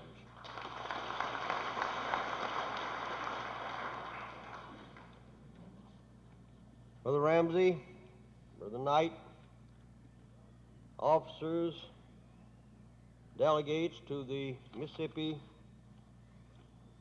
State Convention, international representatives, and other distinguished guests. Again, I would like to say to you that it always has been, and I'm sure that now is no exception, to have the privilege of attending one of your state conventions. I will kindly depart from the old procedure of making an off-the-cuff speech, which I like to do, and most of you know, for the reason that I'm going to talk to you today about a problem that I think is so vital to all of the trade union movement and the people of this country. And that for that reason, there are certain statistics and information that we've been able to get through our research. It's enabled us to get together some facts that I take the privilege and advantage of this opportunity to give to you in the best way that I know how. But before I do that, I want to extend to you the greetings from the Department of Organization. Brother Livingston asked me to express to you his very deep appreciation for the privilege of working with you and to express his regrets that he himself would not be able this year to be with you, but I have the privilege of being here and expressing his regrets to you. I'm sure that there are others here who will bring greetings from other departments of the FL-CIO, and particularly my good old friend Stanton Smith, who's here with the FL-CIO, who is coordinator for the central bodies and state labor council in this country, and who's certainly done a great job, and I'm sure that he'll continue to do, because I've known Stanton for a good many years, and I know of his dedication, his ability. I'm sure that he will be of a great deal of help to you while he's here. So now I want to say to you, the oldest and the most constant challenge, year after year, faces American unions in their struggle to fulfill the role in our society. It's the problem of growth, the problem of organizing the unorganized. Just what do we mean when we talk about organizing the unorganized? Who are these unorganized, and what are we talking about? Where are they? How many of them are there? Who is supposed to be doing the organizing, and why? When we talk about organizing the unorganized, we're talking about 30 million working men and women who work in the same kinds of jobs and present union members that the present union members hold. They work in fields which unions today are active. They are eligible for union membership. They are potential members still outside the trade union movement. We are talking about 30 million Americans in the most prosperous nation in the world, many of them living below the accepted standards defined by the federal government. We are talking about 30 million Americans in a democratic society without any effective voices as to their wages, their hours of employment, their working conditions, or job protection. Last September, when the legal minimum wage, hourly wage became $1.25, 2.5 million workers move up to a figure, and there are millions uncovered, employment still receiving less than the basic minimum wage. About half of these 30 million are in white-collar occupations, office workers, sales personnel, technicians, professionals. The other half is made up of service employees and blue-collar employees, those who have traditionally composed the greatest bulk of union membership. Where are these 30 million organized workers located? Geographically, all over the country. No section of the nation is fully organized. No city in the United States is completely a union city.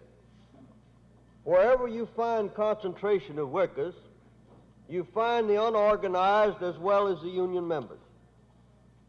Now, when we talk about organizing, the unorganized, we're talking about action, about activity.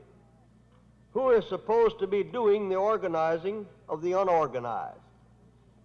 Most international unions affiliated with the AFL-CIO have organizers on their staffs.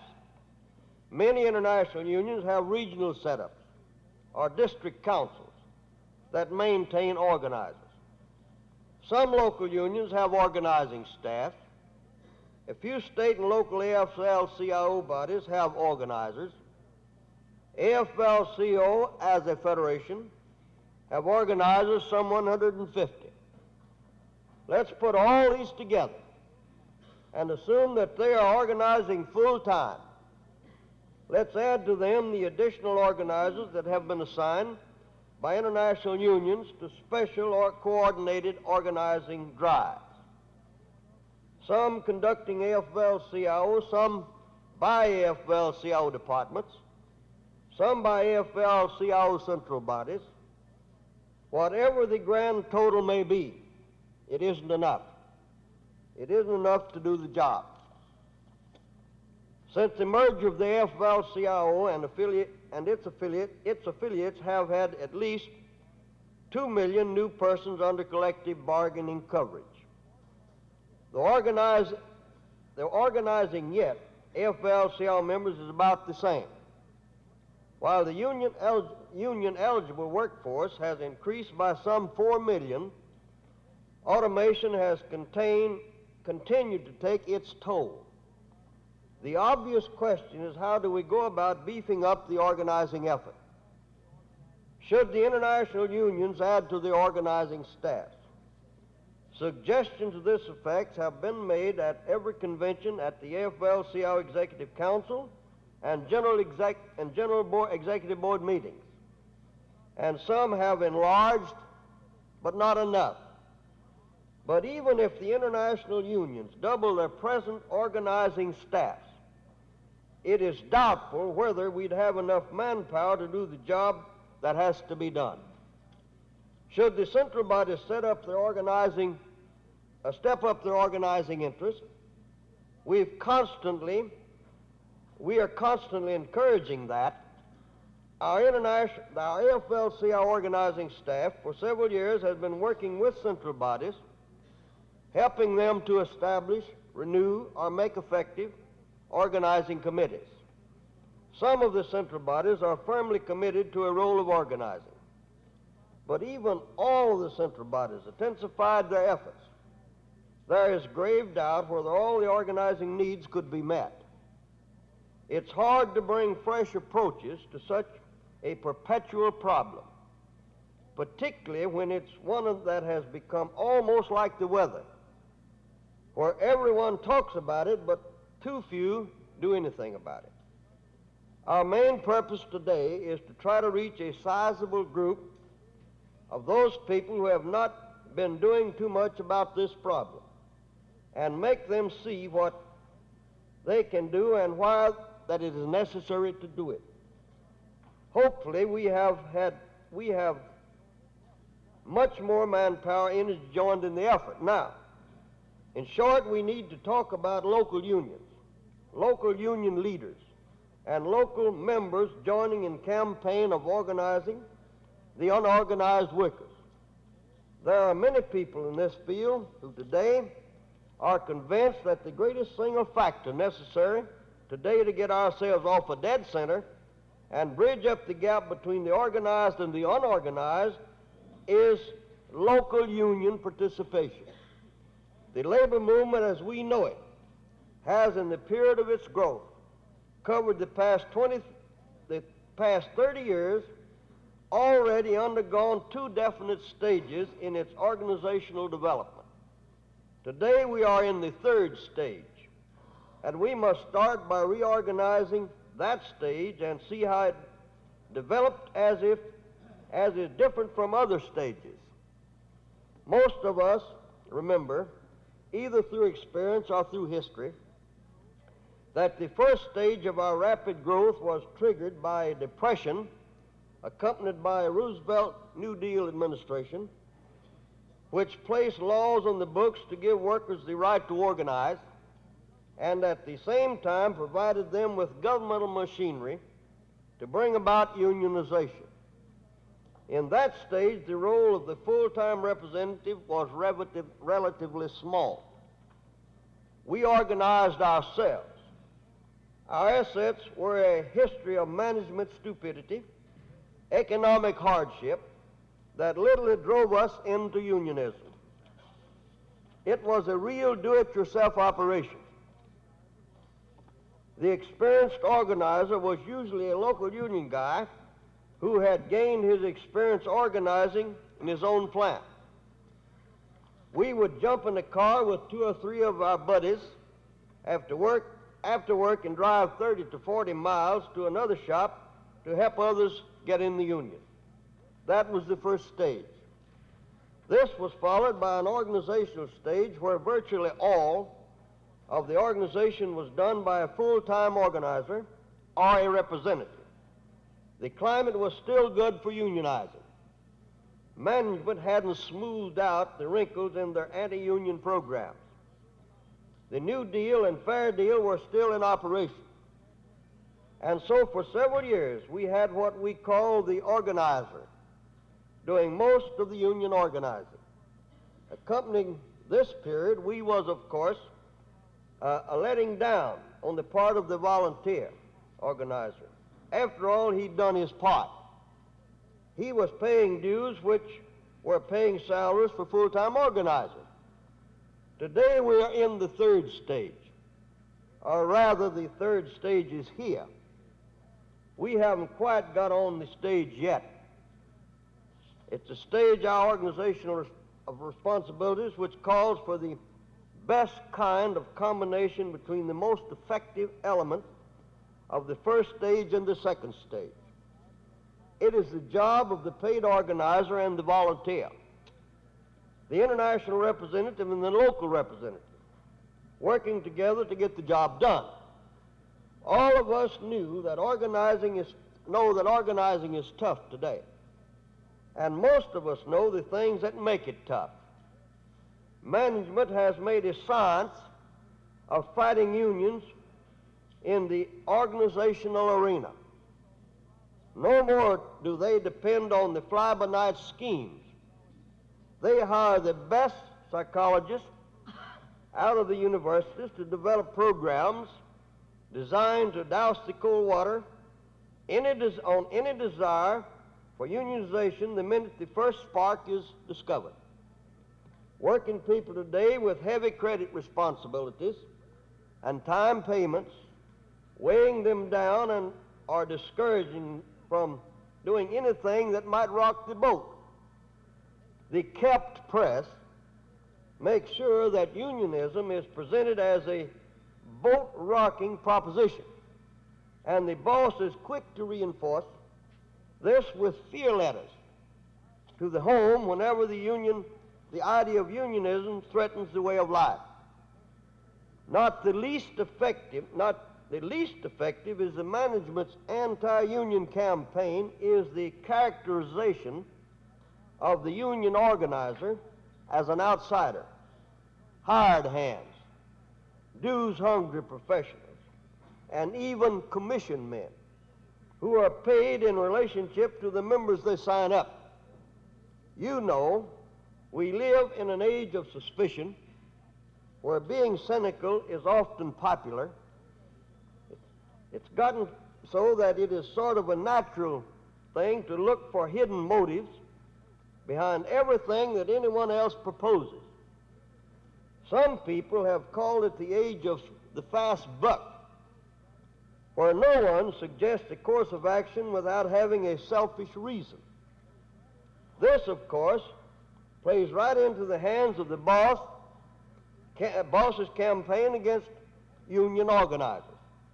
A Connecticut manufacturer can move to Jackson and get by with calling a union organizer from Pascagoula an outsider.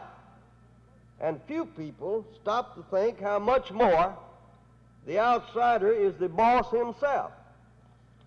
It becomes difficult to make this kind of anti-union propaganda stick when the organizer happens to be a guy who works on the clock at the plant in the same community. Today we have ably trained organizers. We have labor writers who can hold their own with any of the world smiths in the business. We have research people and economists who can get the facts and figures we need and put them in terms that make sense to working people. At the same time, we have millions of members in local unions all over this nation who can fill the satisfied customer role, enjoying the fruits of unionism, living day after day with experience at work which prove the need of unionism. When you think of it, in these terms, you start to see how very close we are to another great period of union growth. The task that faces all of us is putting these elements which we have into working operation. There we have to be trained volunteer organizers. Just as unions today follow a training program for shop stewards, your central body, organizing committee, and your international union can serve as the coordinating force. With such a program underway, we can talk of hundreds of additional organizers in the fields here.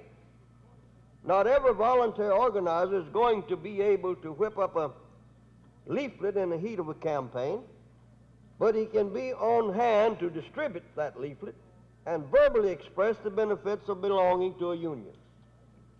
Not every volunteer organizer can size up a target and determine whether it is ripe for action, but he can pass on information that he picks up from his wife, his neighbor, his brother-in-law, or from a conversation he overheard at the bar on his way home from work. Not every volunteer organizer can commit every free hour to the task, but many can agree, as they are being asked in our way and some other states today, to give some time each week to make contacts for the union.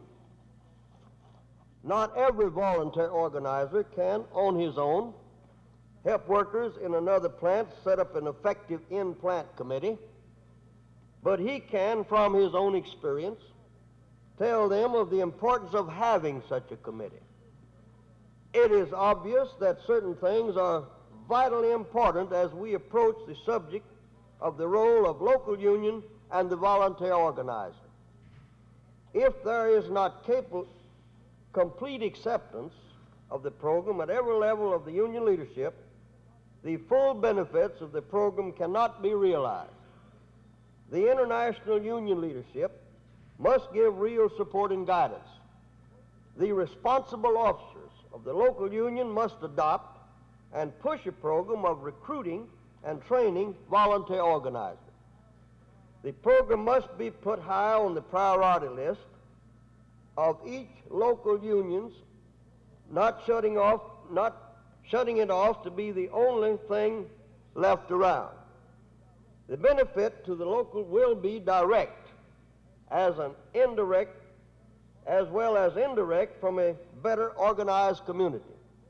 Each local union will derive benefits in general. Through its organized center body, the local union will speak with a more influential voice on matters that affect the union member outside the plant.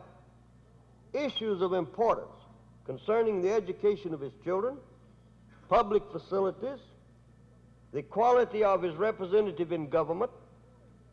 Who ever heard of an employers on their company union spokesman who pretend to speak for their shop workers, pushing for increases in unemployment benefits, workmen's compensation, Social Security, of the union's minimum wage? In terms of economics, the stronger the union movement in a given area, the more effective an instrument each local union has at the bargaining table.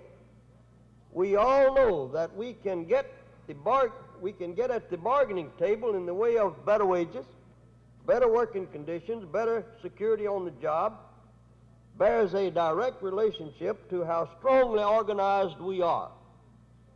Even where we are strong in a particular plant or industry or area, large pockets of unorganized workers are a constant threat. The pressure of the unorganized not only holds us back from further gains, but can and does undermine what we have already established. Now we're moving out beyond the framework of the full-time union staff. We're moving out to bring in the whole labor movement. The men, the women who work in the mills, the plants, the shops, the construction sites and offices, who pay their dues and who have so much at stake in this big task. There are many other subjects that have to do with the welfare of labor generally that I would like to discuss. But of course, time will not permit. It is, however, a fact that labor movement is generally singled out by the press and other news media for such targets of criticism at every opportunity. We have had several years of serious criticism due to the fact that some members of the trade union movement have been involved in wrongdoing. The labor movement has never condoned, and without question I think it is proven that it does not condone wrongdoing and the mishandling of funds of any of our local unions. It is not my purpose now to single out any particular institution that is a part of our society, either locally or nationally, but I'm sure that all of you know that generally in our communities the banker is regarded as one of the outstanding citizens, morally and otherwise. For that reason, I would like to mention some facts here today that are contained in a bulletin furnished to me by Secretary Schnitzler of the AFL-CIO, House Report number 1147, Crimes Against Banking Institutions, 18th Report by the Committee on Government Operations. Contained in this report are several interesting items. I will, of course, not attempt to mention all of them, but just one or two I think would be interesting. First, I would like to mention some statistics contained on page 10 of this report. Internal crimes.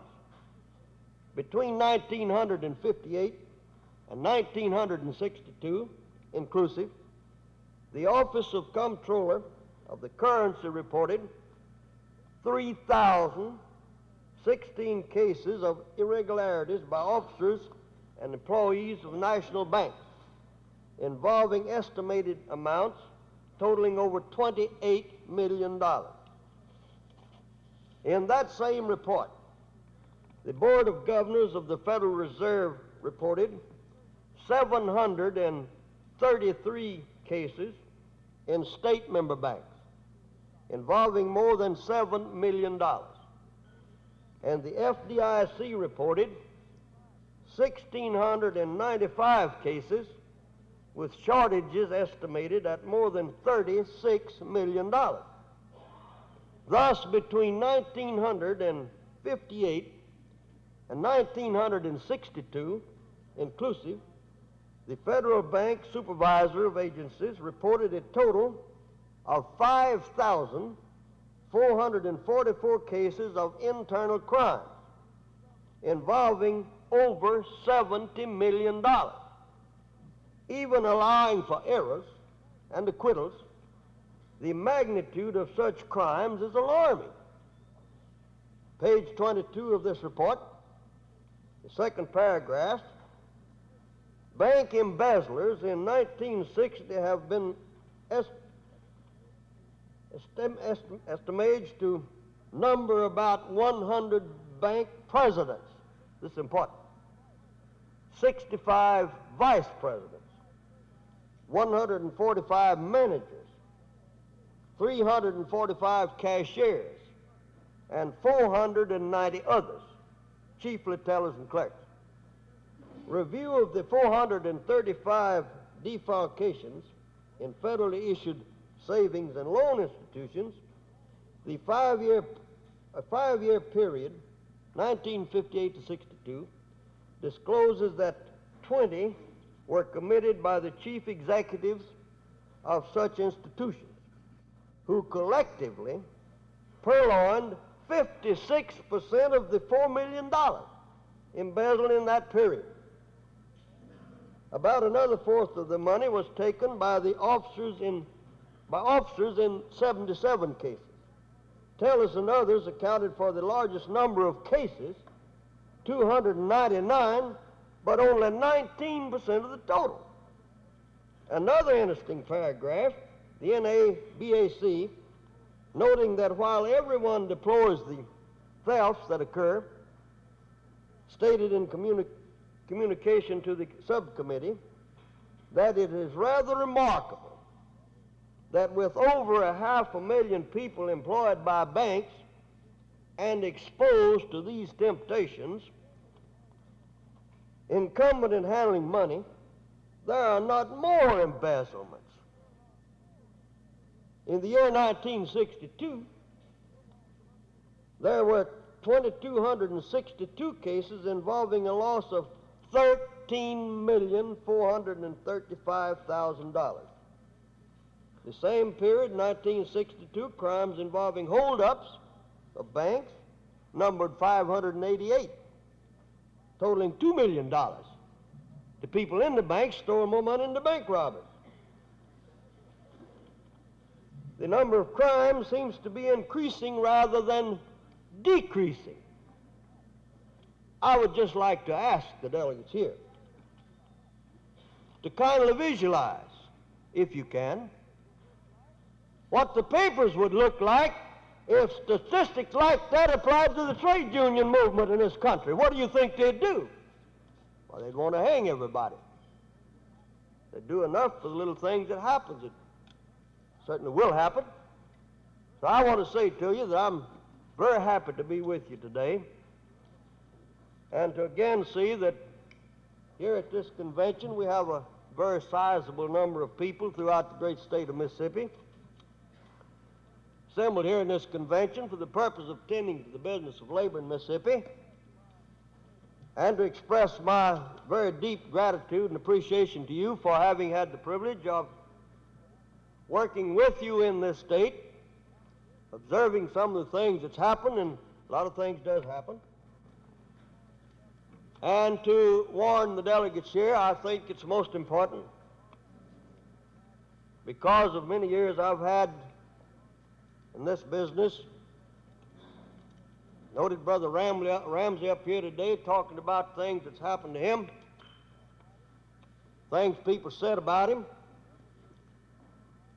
some of the tremendous problems that occur every day, and wondering what kind of things should be done, I want to say to you right now, you're looking at a guy that everything in the world that could be said has been said, particularly in the field of the bad saying. Takes a long time in this business to get to the point to where you got to realize that if they quit talking about you, that's when it becomes dangerous.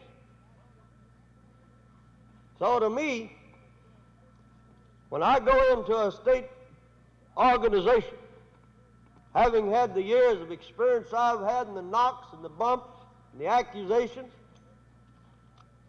and the kicks, if I find everything peaceful and I find everybody happy, I'll guarantee you ain't nobody doing nothing. You can put that down. Nobody doing nothing.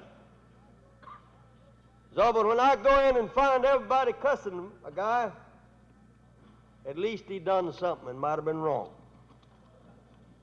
But let me tell you this, people, in all sincerity, this labor movement is not going to stand still. That I can assure you. If you people are not willing to get out here and take whatever comes along, fight with everything you've got to see to it that we move ahead, you can sit down and be doggone sure we're going back down the hill. That, I can say to you, is absolutely true. I want to say one or two more things, probably not more than one. I want to say something that may not at all be popular, and very frankly, I don't really care. Because when it comes time to tell the truth, and when come time to say something that I think the labor movement is that would have to do with the welfare of the trade union movement, I don't think anybody that's sincere would I think they would certainly be derelict in their duty if they didn't say it. Because we are living in times that are dangerous. We're living in times when there's more confusion and more factions and more phonies trying to develop ideas, trying to concoct schemes, forming organizations of all types, emotional organizations. Every type you ever dreamed of, they got it. So the sad thing that I want to mention to you is that too many of our people, working people, lets these schemes, these phony organizations designed to divide us by scheming haters of labor, some of our people are falling for these things. That I'm sorry for. And that I want to warn you is dangerous. First of all, I think, personally I know that the American trade union movement does not have and does not want to have any authority on a man's personal life, his own thinking. He has the right to say what he pleases, and God knows I hope we always have that when we don't win trouble. I think you have, every citizen, every one of our members have a right to express their own feelings, their own individual thoughts. But I'd say this, I don't think our members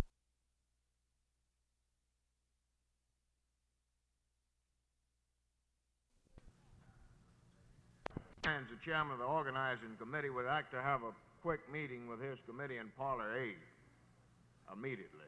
Parlor A, members of the organizing committee. I'll read the names off for you.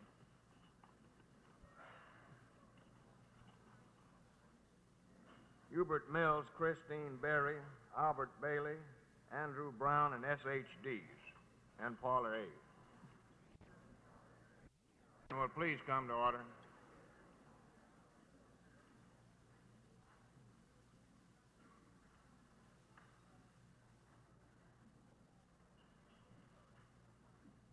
It's this morning to have with us, once again, Major Robert Botts with the Salvation Army here in the city of Jackson. This time it gives me a great deal of pleasure to present Major Botts, who will give the invocation for the morning session. Major Botts. Thank you, Mr. President. Friends, it is a pleasure. You know, I just wish that I had an opportunity to say a few things. I'm glad because men and women in so many places recognize the medium of prayer. And how glad I am that I've been considered worthy to be in your company. We thank God for our labor organizations. And as we go to prayer, may each of us be conscious of our need, that without the help of God, without the blessing of the Holy Spirit, what might we be, and what might our land yet come to if we neglect the very source of strength that's ours to draw upon. Shall we pray? Loving Father, make us to be grateful for the land that we live in, for the privileges and opportunities that have been afforded us, to our children, God grant to our grandchildren. We invoke your blessing upon this gathering, praying that the delegates to this convention may in all things be most conscious of a divine need of help outside of the physical, of the need of God in our daily lives. Bless what's to be done today. Bless our president, the officers of this organization, every delegate, causing us to be aware that outside of God, outside of the Lord Jesus, man is little or nothing. That as we've come together to work together, considering those things that are most needful, that we may be selfless in our deliberations, we may be conscious of the needs of others, we may in all things seek to do all things for the good of all men. Bless, we pray, what is to be done, granting that it be done in the name of God the Father, Christ the Son, and the Holy Spirit. And when men come together in his name, with his blessing, then good shall come of what has been thought of and worked out. Keep us, we pray, that we may do good in Christ's name. Amen.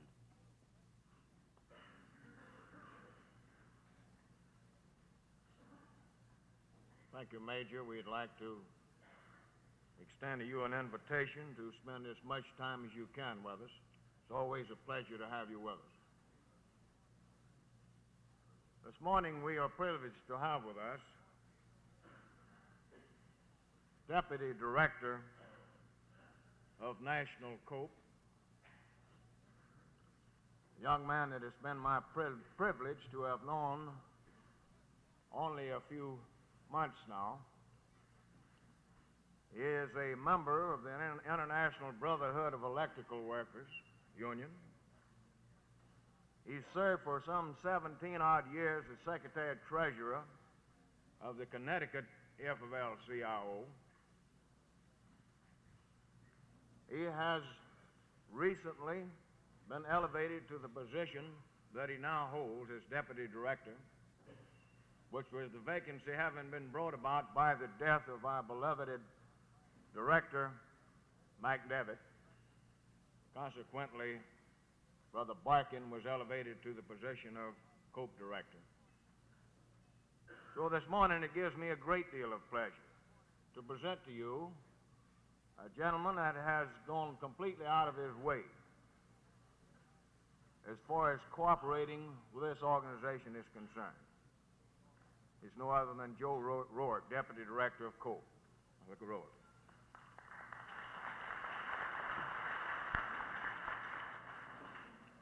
President Ramsey, delegates to this Mississippi AFL-CIO convention. First, I want to say that I'm very happy to be here. It's my first visit to Jackson, my first visit to Mississippi, and I must say that I'm enjoying every bit of it, and I'm enjoying meeting all you fine people, and this is what we need to do all over the country. I had been pretty much confined to Connecticut all of my life, and in these last 7 months since I've been on this job, I've been in 38 states. I've traveled about 37,000 miles, and it's a real education, and I'm enjoying every bit of it. Of course, I'm pinch hitting this morning for Al Barkin, the national director, who couldn't be with you. He is in great demand because he's a real evangelist type of speaker, and he asked me to come down and to pinch hit for him and to discuss a little bit about Cope. I certainly am pleased with everything that I hear as far as Cope is concerned coming out of Mississippi. We're very proud of Claude Ramsey and the work he is doing with the Mississippi AFL-CIO under certainly handicap. And I read recently a report by our research director, Mrs. Mary Zone, to the Executive Council of the AFL-CIO. They met last week in Washington, and a report had to be submitted to them. And in this report, she stated that the excellence of the Cope operation is often in reverse ratio to the size of the trade union movement in the AFL-CIO. And I think this is true, that particularly our state labor organizations in the South, I'm talking about Mississippi, Louisiana, Texas, Arkansas, are doing an outstanding job with few members compared to some of the bigger states. We'll say like New York, where there is very little Cope activity. They have the members, but as she says in the report, they are slumbering. But in these states, like your own, we know you're doing a great job, and we encourage you to continue to do this work.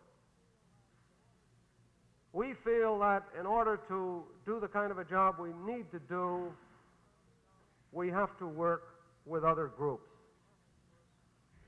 I'm particularly pleased with the work they're doing in Texas, and if some of you have seen the film People to People, which tells about the coalition in Texas between the liberals, the labor people, the Mexicanos, and the Negroes, where they're going to turn that state around, and they're going to make it the great progressive state that it should be. And this can only be done, in my opinion, by complete cooperation of all local unions with central bodies and working through state labor councils. It can't be done, in my opinion, otherwise. Now, this morning, I talked to one delegate, and he seemed to think that we were overemphasizing the need for political action. He wasn't against it, but he wasn't sold on it. And I didn't have a chance to go into detail why we have to be in politics. However, I would mention a few of these items now on the national level, because politics and political decisions affect our daily lives 24 hours a day. I use as an example, and I've been trying to learn a little bit about the Federal Reserve Board. It seems like something far away as far as I'm concerned. And recently, in testimony before the Congress of the United States, Nat Goldfinger, who is the research director of the AFL-CIO, made certain recommendations about the Federal Reserve Board. I'm not going to discuss it today in any detail because I don't completely understand it. But it does. The Federal Reserve Board does have the power to issue, regulate, and control money.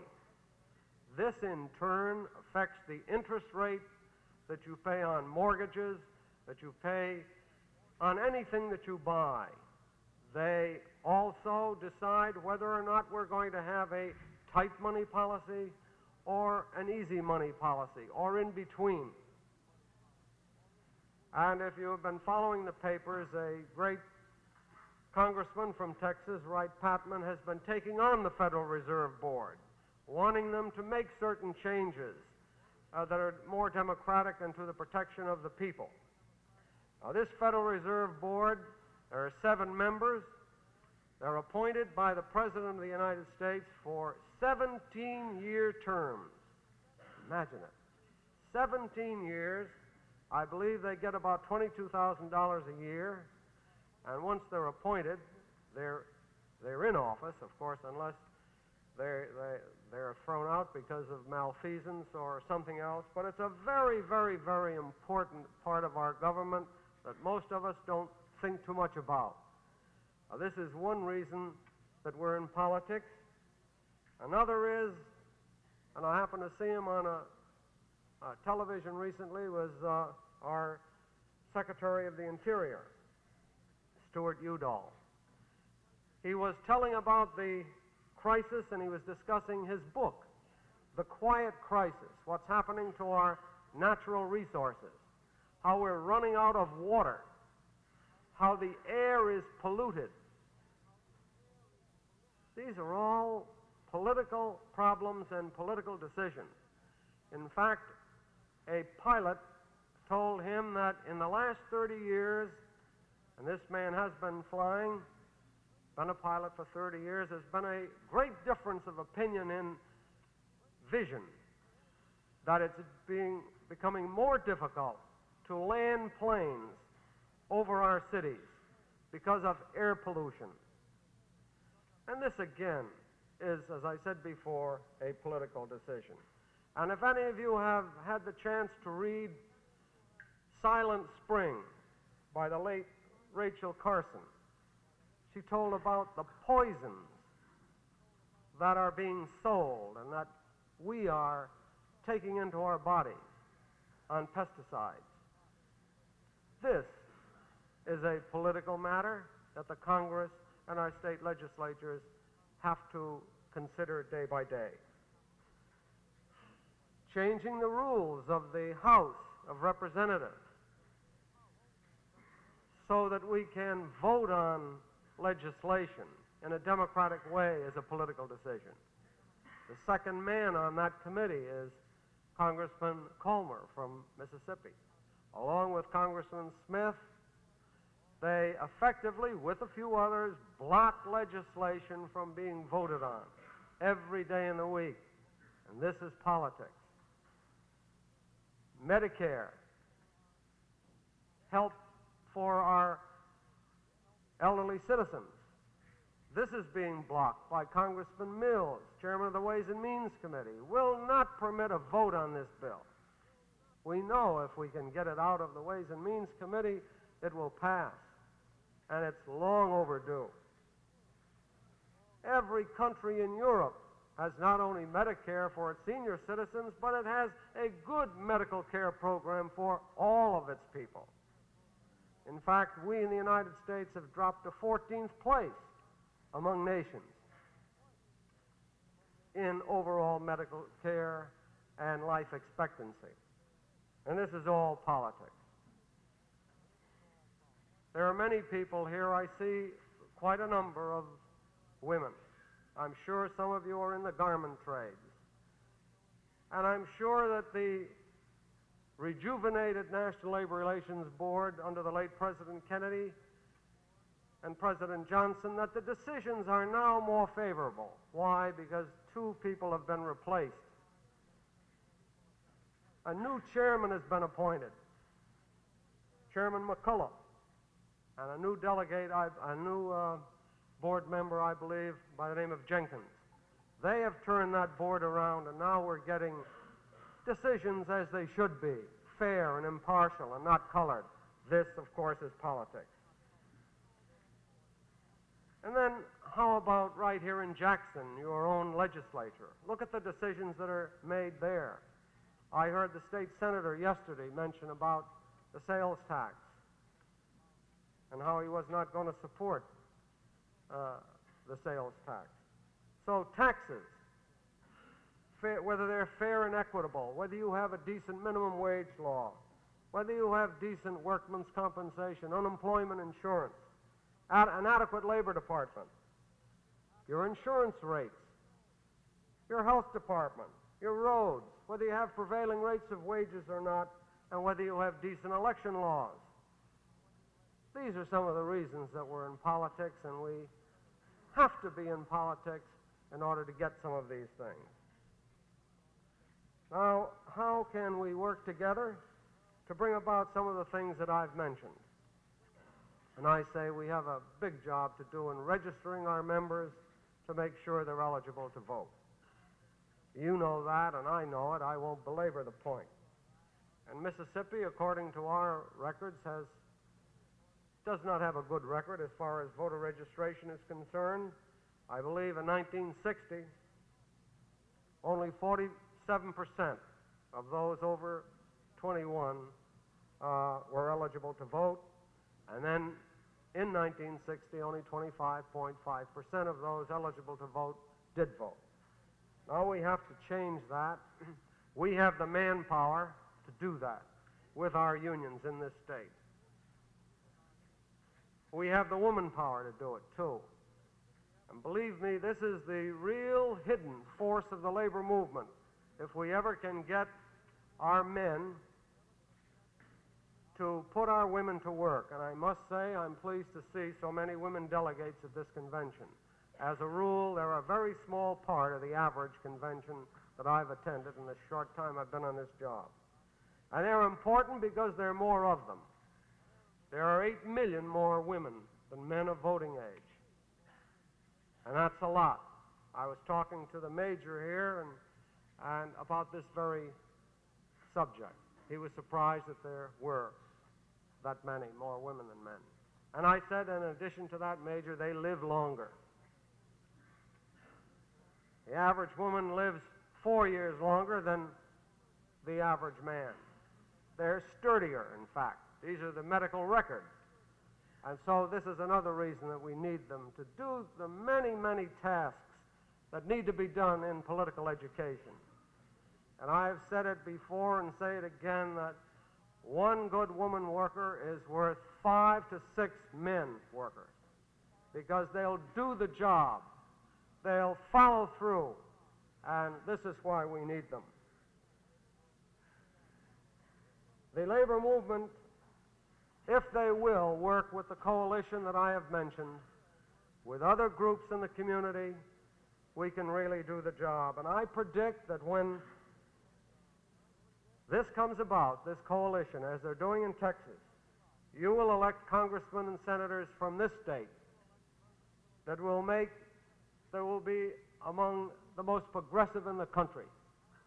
And when you turn out of office some of these reactionary congressmen and senators, I predict that you will have some of the best laws enacted in the country, and you will be a leader in the adoption of these laws. Now, not only in Mississippi, but all over the country, our record is a poor one in voting. In fact, in 1960, 1 out of every 3 people all over the country failed to vote. And in 1962, it was worse. 1 out of 2 didn't bother to vote. And although President Kennedy was elected by a small margin, we lost 21 solid friends in the House of Representatives.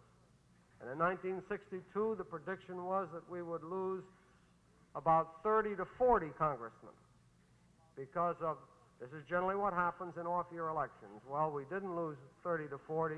It was a pleasant surprise, due, I'm sure, to the work of Cope and other groups.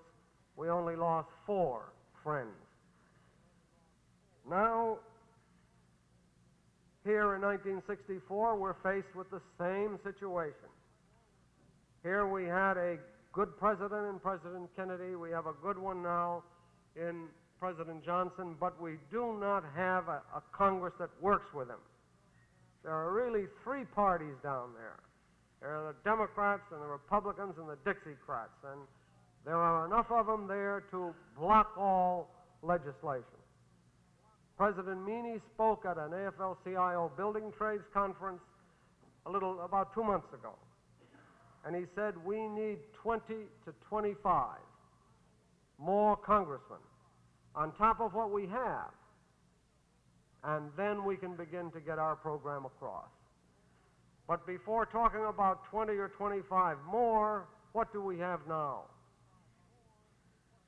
There are about 83 congressmen out of the 435 that are elected by 55% or less of the vote cast. Just think of that. Almost 20% of the Congress are elected by 55% or less of the vote. So we have to hold those congressmen, approximately 40, and build on top another 20 to 25. And this is a tremendous job. And I don't know how we're going to do this unless we all pull together. And what is at stake? Just a few items at stake.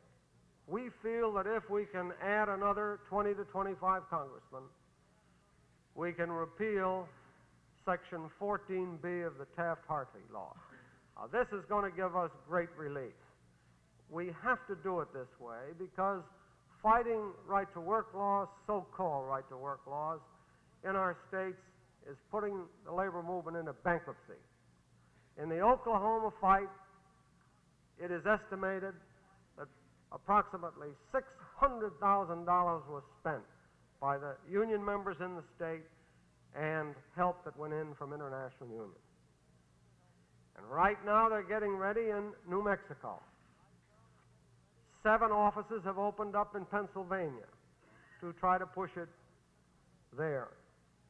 They spent $2 million in Ohio in 1958.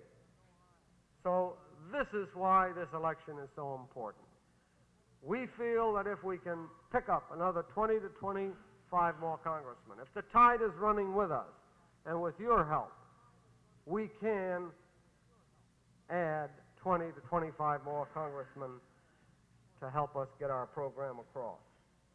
Now, if we do, I'm sure that we will have a better nation. We will have work for our young people. We can take care of retraining our people who are out of work through automation, and we can do a job that is good for this country. I know that you will help us do that. And I want to thank you very much for inviting me, and I hope I can come back again. Good luck, and God bless all of you.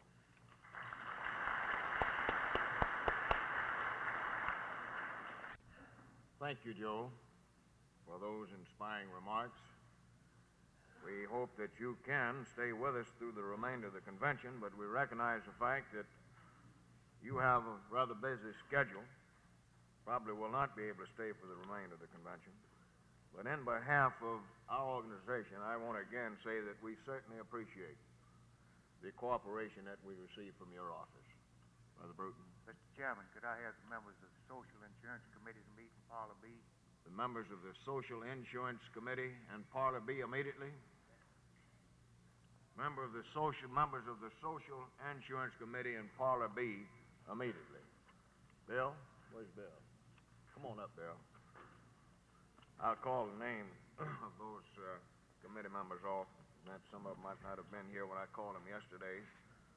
A.I. Pounder, Cecil Bridges, John L. Gentry, Shirley Adams, T.G. Beckham, Allie Turnage, F.B. Porter, and Albert B. Bailey.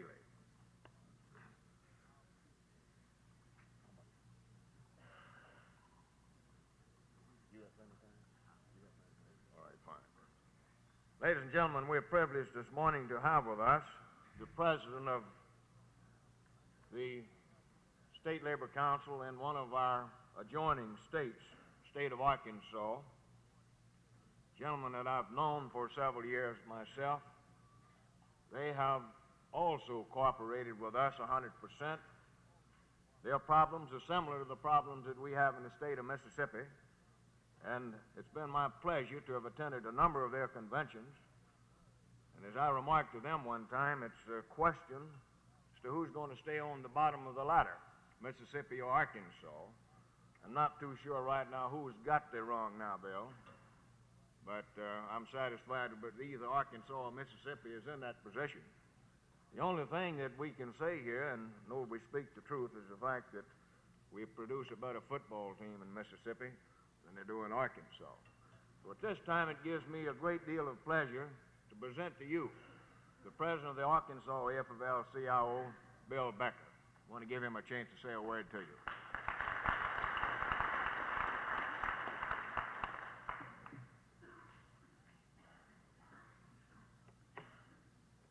Thank you very much, Mr. President. Distinguished guests, delegates to the Mississippi AFL-CIO Convention. It's a real honor for me to be invited to your convention and take a few minutes of your valuable time to talk to you about Arkansas AFL-CIO and what we're doing in your neighboring state. You know, it's true, Mississippi, Arkansas compete heavily for the bottom rung of the ladder when it comes to wages, working conditions, legislation that affects the welfare and the lives of ourselves and our families and the rest of the citizens of our state. But in Arkansas and in Mississippi, we're trying to do something about it. With the help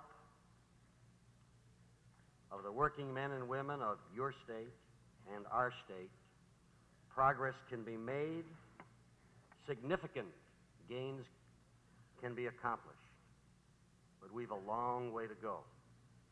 You know, many years ago, there used to be a theory, an economic theory, that was supported by the business community, by the economists of the day, on wages, a wage theory. It was called the wages fund theory. And it went something like this. It said that there is only so much money for wages to be allotted to the working class of people. Put it in a pot, if you will. And the theory said, and it was supported by all of the major leadership in the country.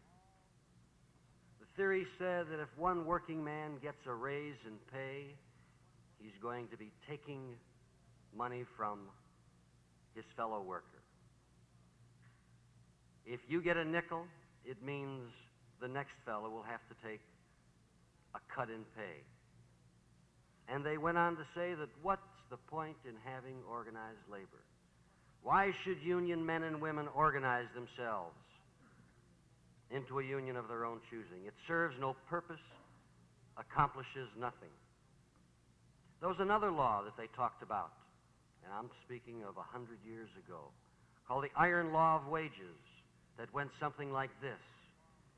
It said, even though the working men and women raise their wages, it will mean they'll be so happy, the population of the country will increase. Since there's only so much money to go around, there will be starvation, and the wages will tend to drop. So why have unions? We're facing this kind of thinking today in our state, and I know in your state. We interviewed candidates about 2 weeks ago who are running for the state legislature. And we had one candidate, when asked his position on right to work, when asked his position on state minimum wage laws, say to us, "I believe wages should be determined by the law of supply and demand." What law of supply and demand? There is none when it comes to wages. This idea was kicked out the window 50 years ago. There isn't even a law of supply and demand on products because we've got monopolistic and semi-monopolistic industries. We've got a few companies controlling supply and determining prices. But for organized labor, they say your wages should be determined by the law of supply and demand. And this is what we have in our state, and I know you have in your state. We want to take wages out of competition. We want our wages determined by collective bargaining, by the employer's ability to pay, by what it takes us to feed and clothe our children adequately. And we don't believe that one worker should compete with another for a particular job and be auctioned off on the block like commodities. The labor of a human being is not a commodity or article of commerce. Well, what is it organized labor wants in Arkansas that I know you want? There was a man by the name of Gompers who was the first president of AFL back in 1886. And he was hauled before a legislative committee. And he said, when asked the question, "What do you want? What does labor want? You're always pushing for things." He said, "Mr. Congressman, we want more and more. And we want it here, and we want it now." This is all labor wants. Phil Murray, president of CIO, put it very simply when he said, "What labor wants is a picture on the wall, rugs on the floor, and a little music in the home." Labor wants these things and will settle for nothing less. We're asking for justice on the job. We're asking for security. We're asking for dignity of the individual, and we will accept nothing less. And we'll fight every time to get these things. Our enemies don't understand our wants. They never will. They didn't understand when we in Arkansas adopted a program of progress similar to the one that you adopted and double the dues to the state organization. Each member now pays to the state AFL-CIO an additional $1.50 a year to help run our program. The Chamber of Commerce doesn't like it. They're raising Cain all over the state ever since the program was adopted about how organized labor is trying to control the legislature, trying to control the governor's office. Ridiculous. They've had control for the past 150 years, and all we're asking for in Arkansas is the right to be heard, an equal voice in the legislature, and an opportunity to present our case and make a few improvements for the membership that we represent. Our program and your program and the one in Alabama received national publicity from the Chamber of Commerce and the Manufacturers Association. And frankly, we've got them worried. They've accelerated their activity too. And we say to them, the water's fine. Come on in.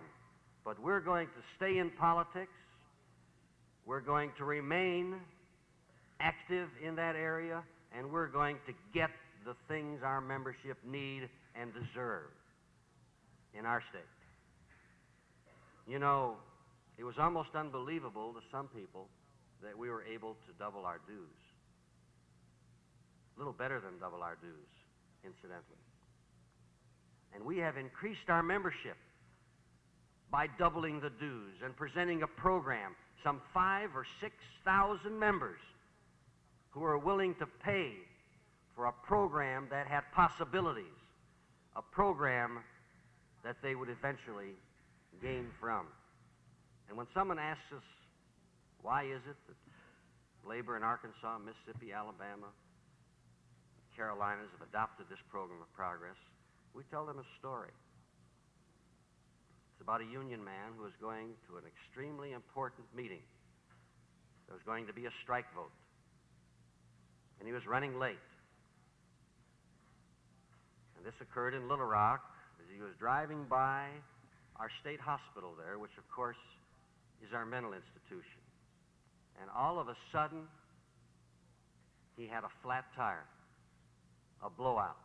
He pulled over to the side of the road in front of the mental institution and hurriedly began changing his tire. But that morning there had been a heavy rainstorm. About 3 inches of rain had fallen in about 30 minutes. And there was water all over the place and in the ditch. And as he removed that tire, he took the bolts and put them in his hubcap. But in his haste, he accidentally kicked the hubcap and the bolts into the ditch. About 3 feet of water. Dirty, filthy water, and he couldn't see where they were, and he was really stuck. He only had a few minutes to get to his meeting, and his membership demanded he be on time. And he was really puzzled. No filling stations anywhere, and suddenly he noticed a man standing across the ditch who obviously was an inmate of the institution. And he had seen what the problem was. And he said, "Mister," to the union man, he said, "this is what you do." He says, "You take one lug off of the other 3 tires, put it on your spare, and if you're very careful, you'll be able to get to your meeting, get that tire on, and then later on you can get to a service station and have your car serviced." The union man looked at him, kind of puzzled, and said, "Why, that's a wonderful idea. Where did you..." And the mental patient said, "Now, brother, let me tell you this. I'm in here because I'm crazy, not stupid."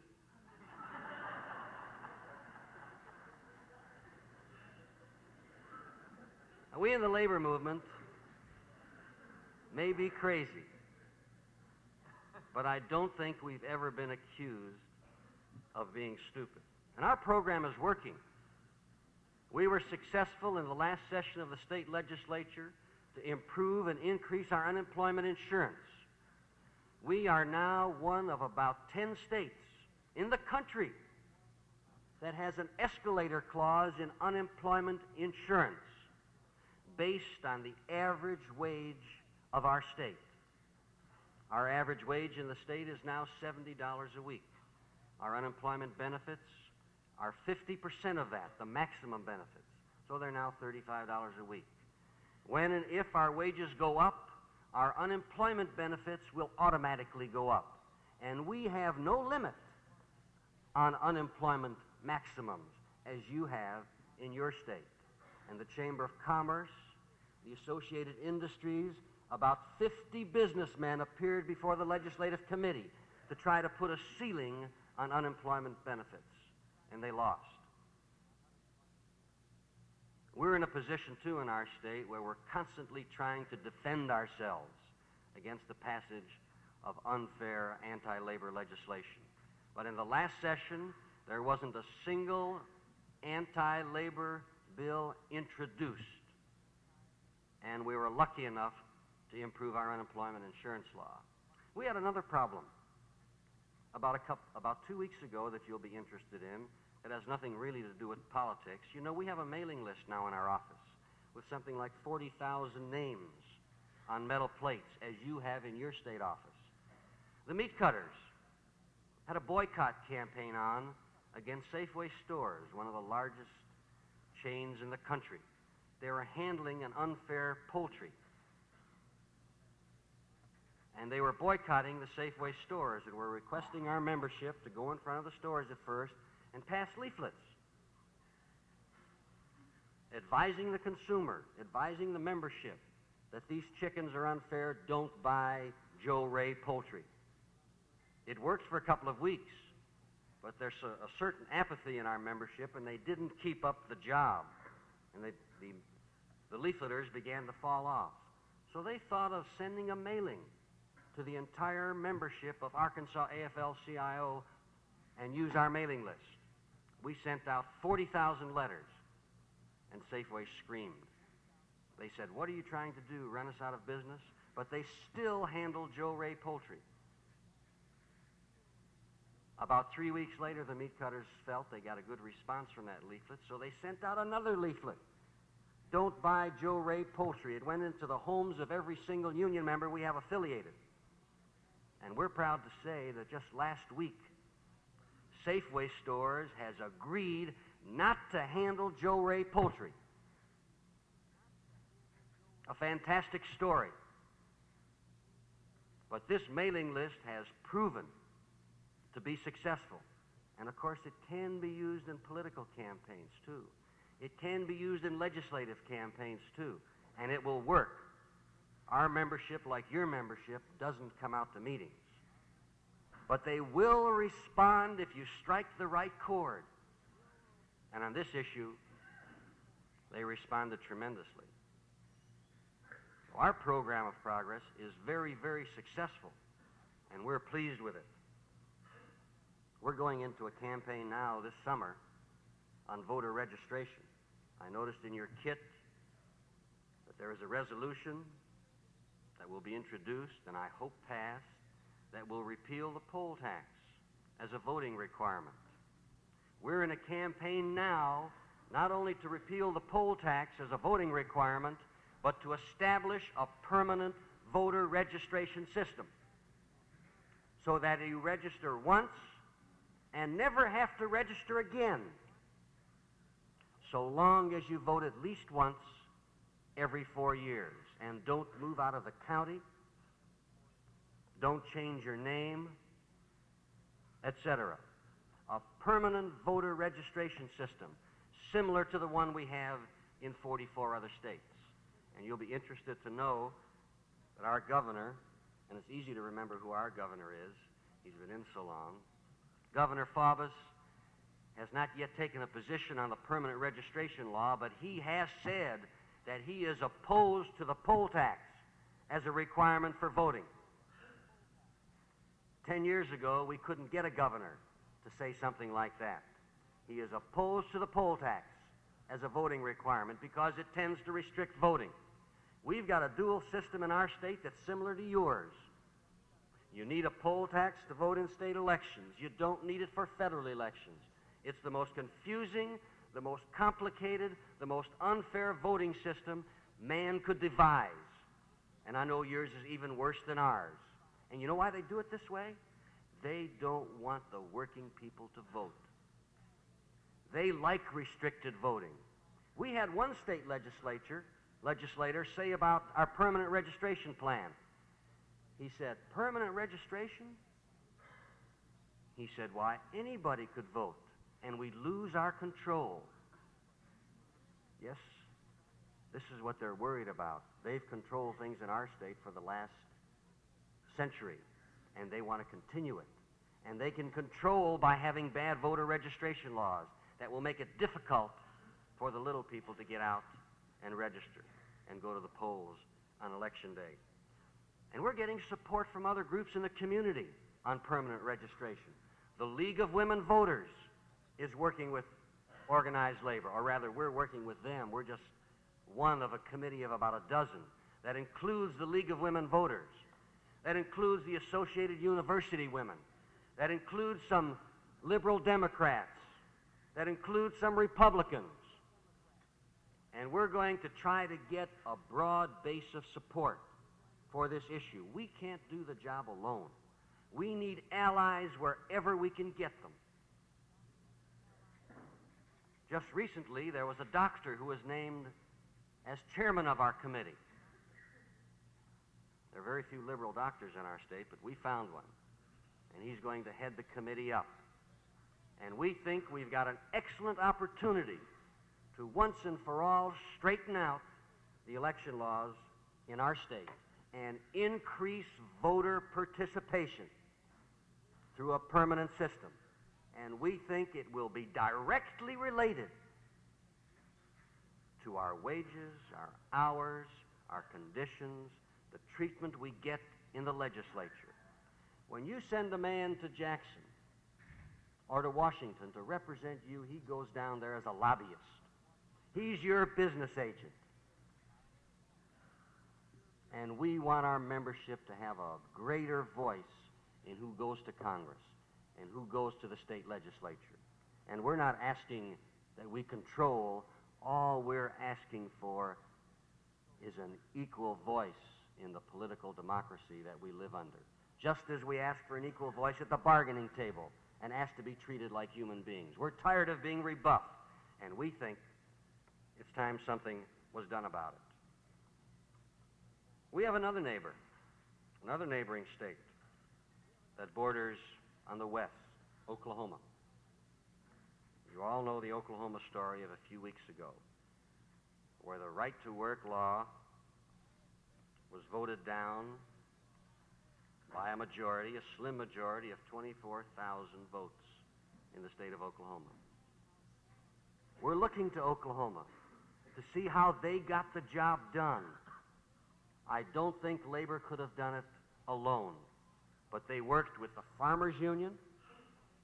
They possibly worked with the League of Women Voters. They are forming a coalition in Oklahoma. And we're taking a good long look at it to see if it works in Oklahoma. If it works like the Texas coalition, maybe we ought to seriously consider it. Labor in Oklahoma had the support of the Farmers Union, who came out against right to work. Labor in Oklahoma, incidentally, had the support of the major Negro organizations, who came out against right to work. Labor had the support of other groups in the community. And any one of these could say, well, we helped organized labor defeat right to work in the state of Oklahoma because it only took 24,000 votes.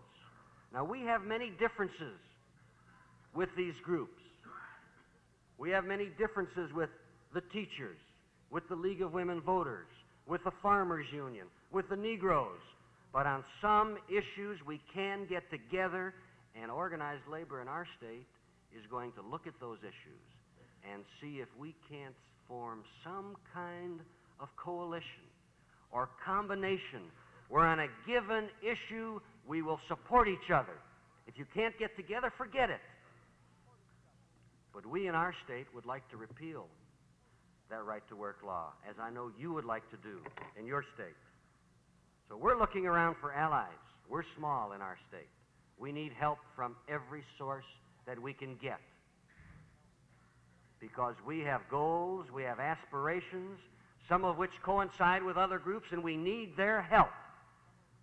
And we're going to look to them for help on issues like right to work, on the real bread and butter issues that affect us all.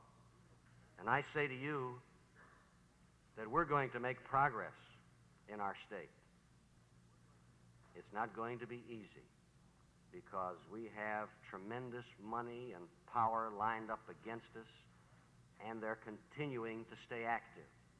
But if organized labor in our state, through this program, can activate and mobilize the membership, we'll get the job done. We don't have the money to compete with them. We might have the votes if our membership were registered and we were able to get some additional support from some alliances we can make. We think our program is working well. We feel yours is working well too. Again, let me say it's a real pleasure to visit with you this morning. If our organization can be of any assistance to yours, don't hesitate to call on us. We'll cooperate with you in any way. But we're twins, in a sense.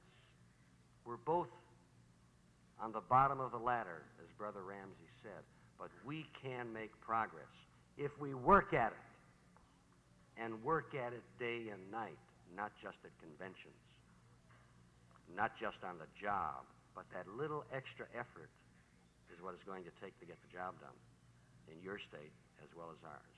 Thank you very much.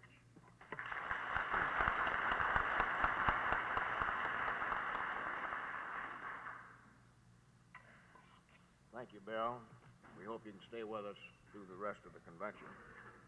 And I can see now, as a result of his remarks, we've got a lot of work to do to keep him getting a little notch ahead of us here. And see, now he's going to try to keep us on the bottom rung of the ladder. We don't like that. We're going to see if we can't do something about that, Bill. We're fortunate this morning to have with us a gentleman associated with the United States Department Apprenticeship Training Program. And I have requested that he have a few remarks to say to the convention. I know, and a lot of our organizations know, particularly those building trades groups, that apprenticeship training is of the utmost importance if our building trades unions are to be maintained, if we're to have new blood coming into our organizations.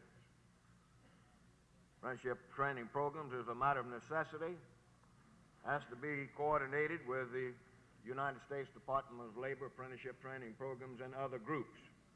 So this morning it gives me a great deal of pleasure to present to you Mr. John S. Spear, Assistant Regional Director, Bureau of Apprenticeship Training, United States Department of Labor. Mr. Spear.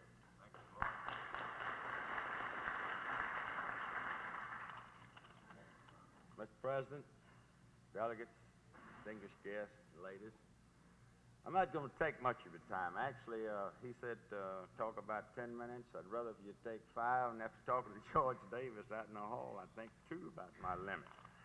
Now, I'm going to sound like an odd fella at a Masonic convention because our work brings us together to bring management and labor together. That's the purpose of our job. I've been with it 17 years, and I enjoy it. Now, it's not easy, but it's interesting. And any time you find a good, strong labor organization, you will find a good apprenticeship program. We have to do more work with management to get them to work with labor than we do with labor in itself. You missed something a while ago when you were talking about Mississippi. What are you going to do about these American Steel Beauty? You know what I'm talking about? Yes, I know. You're going to really be in trouble. You sure did. Now, I'm not totally unfamiliar with your type of an organization, this meeting. Many years ago, I too served as a delegate to the Alabama State Federation of Labor. I helped organize the State Council of Carpenters because I believe in groups. I believe in organization. I believe in organization of both labor and management. Now, that may sound funny, but it's a multiplier as far as we're concerned. I believe in negotiations. For what better way can we achieve the benefits of an automated industrial society than to negotiate it? And gentlemen, and ladies, this automation, it scares me to death. 3 years ago, I left with you. 3 years ago, you had your conference here at this hotel. You had a beautiful conference. This is the 3rd time I've been in your state. 2 times with Southern States Apprenticeship Conference, the first one in Biloxi and the other one here. I left here and went to Madison, Wisconsin, Milwaukee, Wisconsin. I had a day in a plant. And I mean, automation. It worries you when you came up through the trade. I spent a day in that plant. I saw machines coming off of an assembly line that they'd put a tape recorder. Now, a lot of you people, you have some industrial plants in here, and a lot of you people run those type of machines. But to me, it scared me. I'm a construction man. I said, how in the world can you take that machine and make all of these jobs that a machinist has done? There was 14 of those on the line.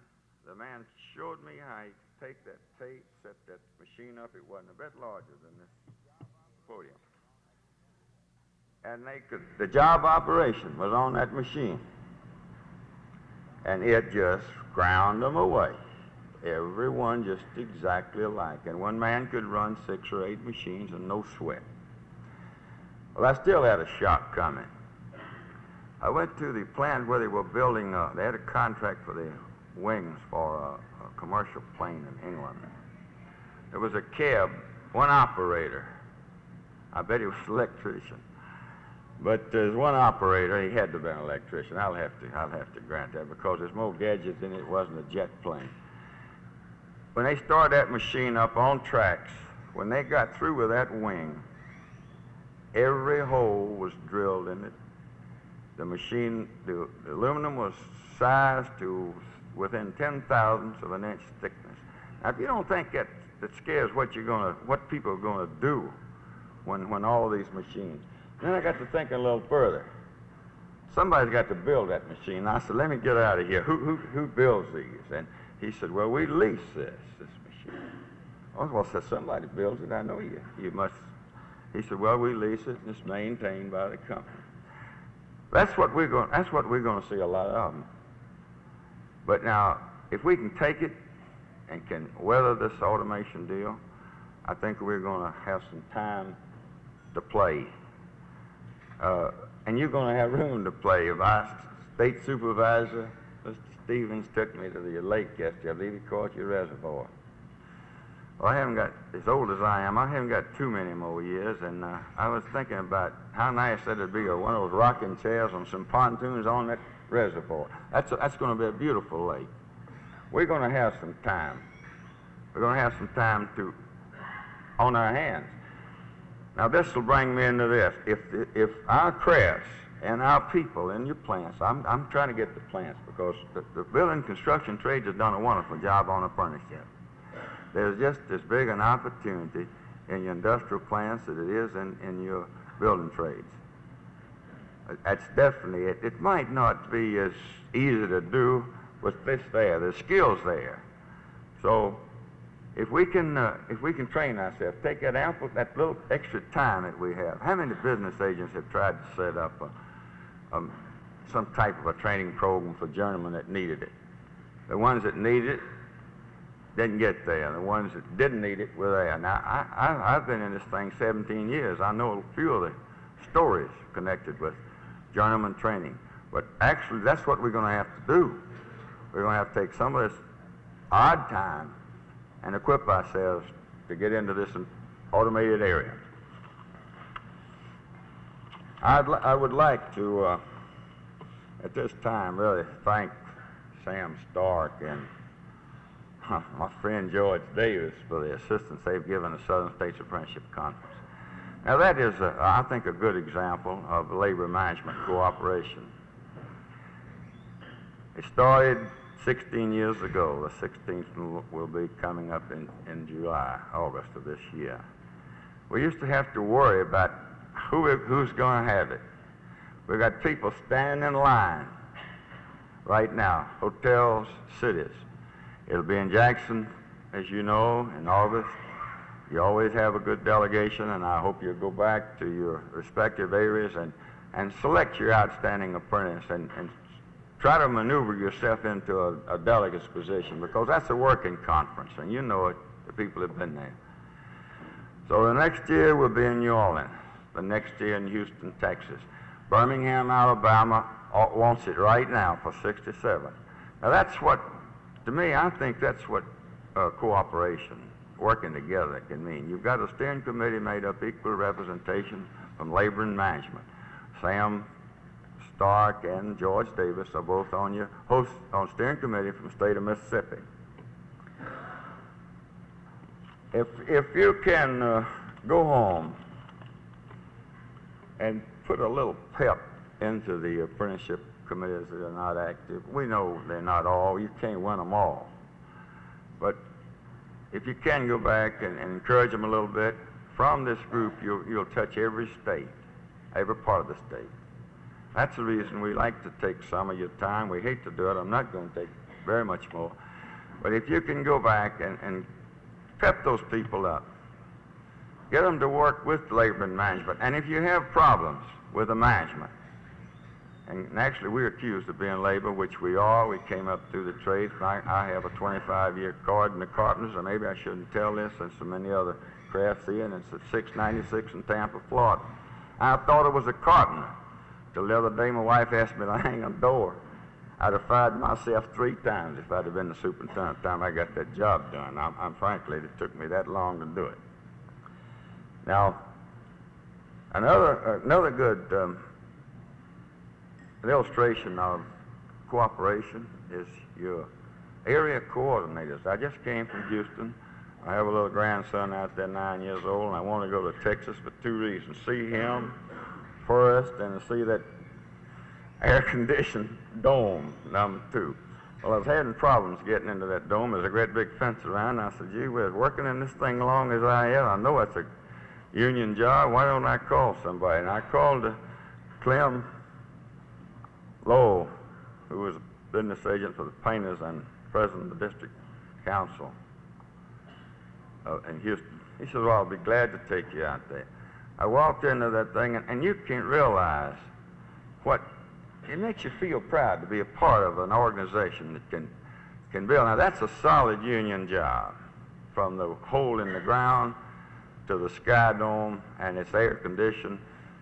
And they don't know how the air conditioning is going to work because they don't know whether they can turn on, whether they'll have rain inside. That's how large the thing is. It's built similar to your Coliseum here, except it's just a little larger. And you don't really know how big it is until you start walking around. You look like you could throw a ball across it.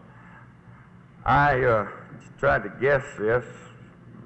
I said, well, I'm going to walk around this thing at a normal pace and time myself and see how big it is when I get out and walk in a straight line. Then I can get a general idea. It took me 7.5 minutes to walk around it. Now, as soon as I walk out 7.5 minutes of somewhere it's measured, I know what the circumference of that thing is. That's the only way I knew how to figure it out. Again, Mr. President, I would like to thank you for this opportunity and do appreciate what you've done for apprenticeship.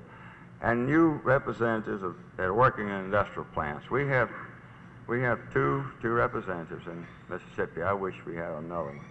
We hired one of you good men, Keith Holloway.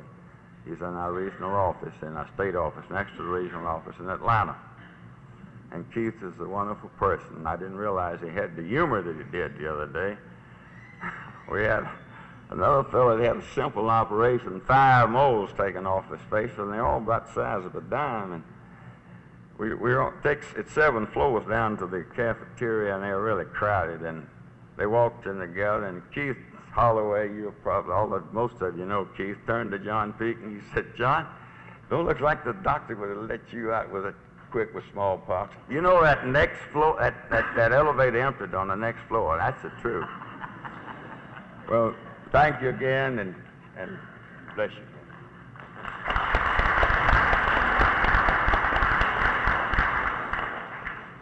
Thank you, Mr. Spear. We'd like to extend an invitation for you to remain with us the rest of the convention, and you too, Steve, as long as you could, anyway. And we're going to complain a little bit to you here. We was in hopes maybe you might bring Keith over with you on this trip. And you can tell him that we a little bit disappointed that he wasn't able to get over. You know, he was one of our vice presidents for several years here and made a real contribution to the state labor movement. Yes, yes. Well, this morning we have with us, where's Al Carroll? Come on up, Al. We have with us this morning the regional director for one of our unions that represent people in the needle trades, International Labor Lady Garment Workers Union. This union in the state of Mississippi has found out what the program of certain groups amounts to in the state of Mississippi regarding organized labor in this state. We have 4 local unions represented in this convention, from the Lady Garment Workers Union, who have been in the process for some year and a half in trying to negotiate or renew a labor contract. Special attention has been given to this situation. But I can tell you this, I can make a report to you on this thing here this morning, that the Lady Garment Workers Union will stay with this proposition. These people will get a labor contract, and they will be a member of this organization. As they are now, they will stay members of this organization. I'm convinced of that. I thought it would be good if we asked Mr. Carey to come over and be on our program this time because of this particular situation more than anything else. We're always glad to have him with us. But he can advise the delegates to this convention firsthand some of the experiences that he's had, his organization's had, as a result of the political atmosphere in the state of Mississippi concerning organized labor. This time it gives me a great deal of pleasure to present to you Mr. T. Kira, Regional Director of the International Lady Garment Workers Union. Al?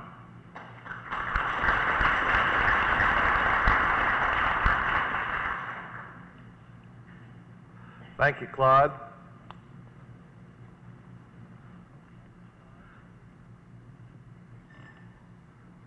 Brother Knight, officers, delegates to the convention, it is indeed a great pleasure for me to be here to join with you in what I consider to be one of the most historic conventions of the Mississippi AFL-CIO. I will want to spend a few moments with you telling you a little of our problem with the company to which Claude just made reference, because I think it is a good illustration of what the true meaning of right to work is and what kind of campaign the combined forces of the right to workers, the radical right, the State Chamber of Commerce, and other anti-union groups, what they can set out to achieve. Before I do that, however, I want to say that in our struggles, in the course of our problems, in the course of our travail, which has now, since September of 1962, been a very serious problem for us in this state. Claude Ramsey, your president, and Tommy Knight, and all of the officers of the State Labor Council have been helpful far beyond the normal call of duty. They have been available to us, have encouraged our members, spoken to our meetings. Any time of day or night that we needed them in this trouble, they were there on our behalf. And we are proud to be associated with an organization of that kind because there was never any question about, well, why should we come? What's in it for us or anything of that kind. It was a kind of devotion which I think we could all try to copy, to follow. So I want to thank you personally, Claude, and the entire state organization for the help in this campaign. And when we are successful, I think that you people, the Mississippi Labor Council, can take a fair share of the credit for standing behind these girls in the 4 plants in Poplarville, Purvis, Ellisville, and Magnolia, and sticking with them, because it is the kind of encouragement which you gave which has helped them sustain themselves during these long days. I mentioned at the outset that I thought this convention will go down as a most historic one. And the reason I say that is this. This convention yesterday took action on a particular resolution which, in my estimation, makes it possible to move forward in a most difficult area, makes it possible for us to show to those who want to smash the labor movement in Mississippi that we are one body, standing united with our leadership. And I think that when the history books are written, yesterday's date will loom very large as one of those points when we can demonstrate in black and white that we stood together as a united labor movement in the state of Mississippi. So you have every reason to be proud of the action that you took yesterday. Now let me talk for just a moment or two about Movie Star.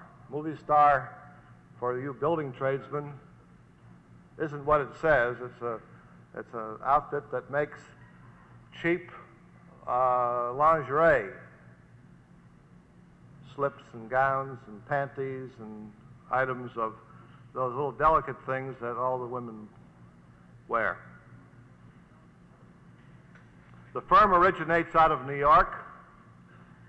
It came south in 1952 and opened a shop. I heard someone say they don't wear so many of them as they used to. I don't know about that. As a matter of fact, for the sake of the building trades, we have a problem in this industry. Do you realize that with the present mode of dress that our women are following, more and more pants, fewer and fewer dresses, that it is substantially changing the lingerie industry? There actually are fewer plants making fewer of these delicate little things than they used to. The whole thing, there's a technological change taking place which causes us a great deal of difficulty. We don't have to wrestle with automation yet. We just have to wrestle with the whim and fancy of women, which is more difficult, I assure you, to deal with. This company moved south, had a contract in Pennsylvania, moved into Purvis, Mississippi, then expanded into Poplarville, Mississippi, then into Ellisville, and finally into Magnolia. And for a period of approximately 10 years, they were under contract with our union, and we enjoyed relatively decent relations with the company. When the right-to-work law was made a part of the Constitution of the state of Mississippi, we noticed for the first time a significant breakdown in our relations with that company. That summer, we happened to have a contract renewal up, and for the first time, the company came up with proposals such as elimination of the checkoff of dues. We began at that moment to notice that point by point, down through the term of the last agreement, that we were meeting more and more resistance to any kind of fair settlement of problems. And as a matter of fact, we found subsequently, we weren't aware of it at the time, but a campaign was going on in the plant among supervision at that time to see that an ever-increasing number of people did not join the union. They were told, you get the same benefits if you don't join. Why do you want to pay your dues? You know all the arguments that they use. In September of 1962, the company abruptly broke off negotiations after conducting a period of terroristic tactics in the plant. All the usual things, the threat to close down, the threat to fire people, the threat to eliminate jobs, and the threat to bribe people out of the union. They tried to go for a decertification election in all the plants, and we in turn filed charges with the National Labor Relations Board. Now, at that time, it was our judgment that we had sufficient strength to declare the firm on strike. That particular month, however, was a very troubled month in the state of Mississippi. That was the month of Oxford and James Meredith and all that went with it, and there was considerable hysteria throughout the entire state. As a matter of fact, we had in making our preparations for the strike, we found that the company had lined up a bunch of pretty rough characters from down around Poplarville to try to drive our organizers physically out of town so that we could not successfully conduct a strike. We were able to get the local law enforcement in Pearl River County to at least be around most of the time when our staff and our active people were trying to get the strike underway. And I recall that the Monday of the big fracas up at Oxford, I called Russ McMahon and I said, well, Russ, the heat should be off. We should be able to do quite well. All those hoodlums from around there that the company had on its payroll, they must all be up at Oxford today. And he said, no, we're in worse shape than we ever were. The sheriff and his deputies are up there, and the hoodlums stayed at home. So it came down to a situation in which it was our determination that we could not successfully maintain a strike in Poplarville, Mississippi. That the forces of evil, the business community, the state government, and we have many good illustrations of the fact that there was consultation back and forth with the top state officers and the company, and the use of the strong arm methods in Poplarville led us to the conclusion that we could not follow that route successfully. Now, we're not talking about a handful of people. In the 4 plants, there are over 1,000 people, so you see what kind of a situation we had. We did briefly have the workers of Purvis out, and they came out almost to a man, almost to a woman, and for 2 weeks did strike that firm. However, finally, reluctantly and with great regret, we decided that since we could not successfully strike the main plant in Poplarville, that we would have to take a different route. We went to the Labor Board, and ultimately the Labor Board filed a complaint against the company for refusing to bargain in good faith and a wide assortment of other unfair labor practices. Those charges were heard in February and March of 1963, and in December of last year we finally won the case. The company was ordered to bargain with us. Incidentally, meanwhile, the company had opened plants in Summerall and Collins, Mississippi. The Labor Board also ruled that we were the collective bargaining agent for those 2 plants, and the company was ordered to bargain for the 6 plants in Mississippi, a total of about 1,200 workers. The company promptly notified us that they were going to let the courts decide the issue. They were not going to bargain with us. The Labor Board finally have now got the case in the Circuit Court of Appeals in New Orleans. It took the board 3 months to prepare its papers. It will probably go on the calendar for the fall, and ultimately, through the slow process of the wheels of justice grinding on, we will win the case. Meanwhile, our people in the plants are doing very well. If any of you have ever been through this experience, you know how difficult it is to maintain a local union where you don't have a contract, where you don't have checkoff of dues, and where you don't have anything tangible to offer the membership. We maintain headquarters in each of the towns, and I have a staff person full-time in each of the towns. The committees are very active in each of these shops, but it is still a long, hard struggle. And I know that our active people cringe when I say, well, the Labor Board will finally decide the case a year or so from now, because each day in those plants is a struggle. Each day they have to screw up their courage. Each day they have to resist the attacks by the company. Each day they have to support the weak sisters and the fence sitters. Each day they have to think of new, different ways to stimulate the interest and to keep the spirit alive in those plants. They are doing it, however, and we are very proud of our people.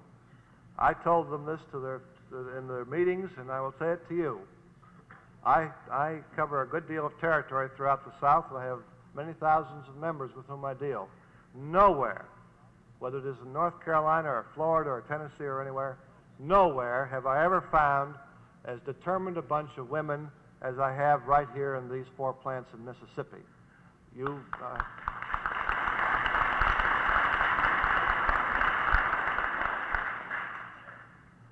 And talk to them, you see that after this long a time, they are more determined than ever. They have their fighting spirit up higher than ever. And I am absolutely convinced that because of their determination and their spirit, we are going to win out. And Claude, at that time, we will be in a position to take our bigger share of our responsibility in the State Labor Council than we can at the present time.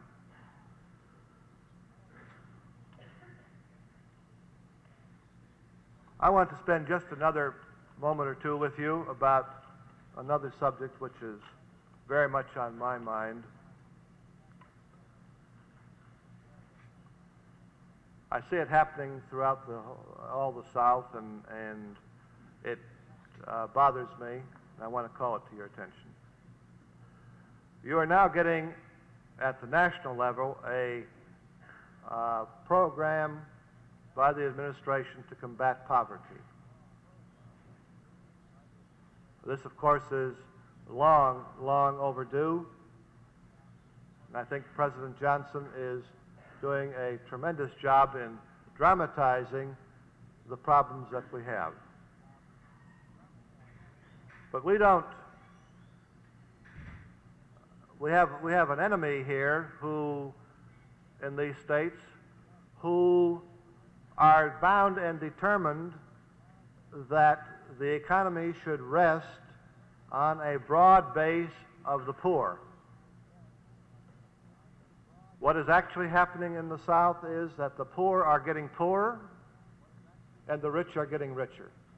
The gap between the wealthy and the poor is growing wider every single day.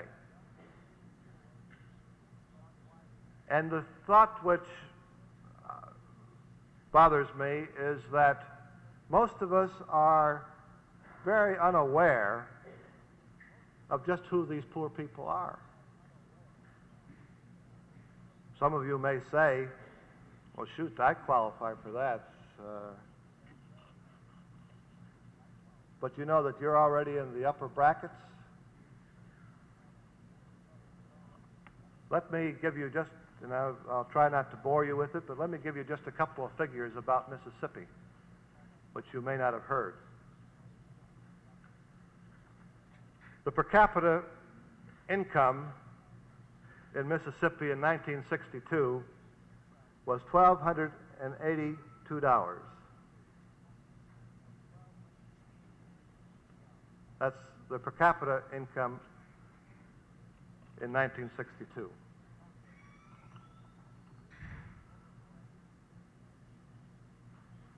Individuals over 14 years of age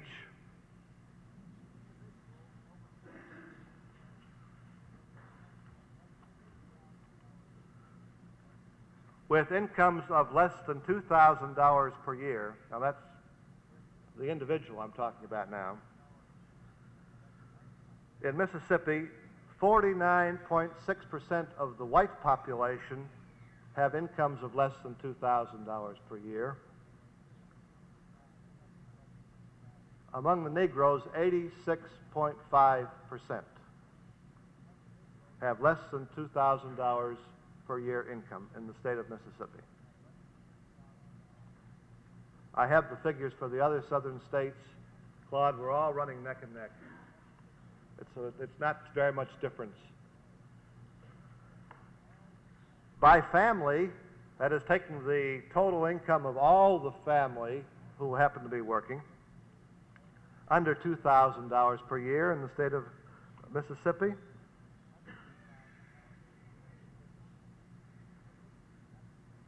Excuse me, I'm now going to read you the figures for Jackson, Mississippi, since we're here in Jackson. In Jackson, Mississippi, under $2,000 per family, 5.7%. Among the Negro population, 34.2%. I want to combine this with one other statistic, and then you can catch the drift of what I'm saying. They tell us that income is tied to education, that the less education, the less chance you have to make a decent living. And the figures now show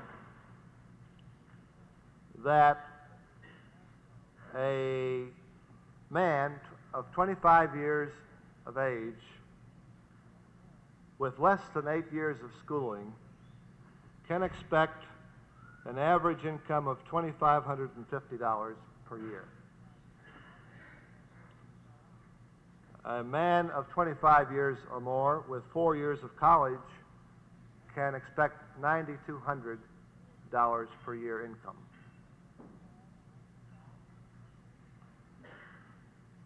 We have in the South, and I'm not restricting this to Mississippi, the fact that our whole economy is based on the morass and quicksand of keeping the poor poor to provide cheap labor so that the wealthy can get wealthier. And that's true in the garment industry, that's true in the textile industry, it's true in the construction trades, that's true everywhere. And union standards, where we have them, are constantly threatened by this fact that there is this broad poverty belt stretching across the South, colored and white, to keep us down. And when the region as a whole, and when Mississippi tries to make a stride forward, it is confronted by two things. One, that the standards are so pitifully low and our people are so poor that they're willing to work for a pittance. And secondly, that our educational level is so low that we do not supply the trained manpower necessary to attract industry to this area of the type which is desirable.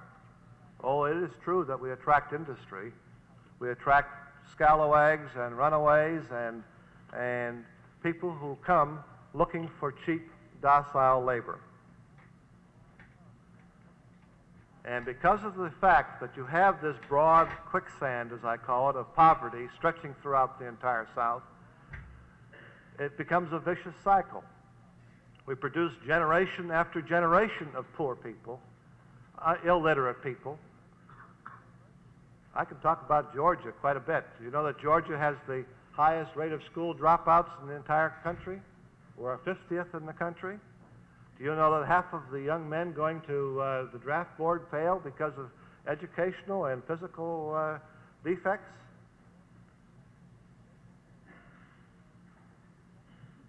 I don't have to talk about Mississippi. But this kind of thing breeds on itself, and it is perpetuated by those interests in the community who are simultaneously anti-democratic, anti-labor, anti-Negro, anti-all the progressive things that you and I believe in. And this is the heart of the problem. In order to lift this area, and I'm confident that we can do it, it's going to take the leadership of the labor movement to do it, in order to lift us up out of this poverty. We're going to have to do much more in the way of program than we have in the past. I think it's organizations like the Mississippi State Labor Council that can do it.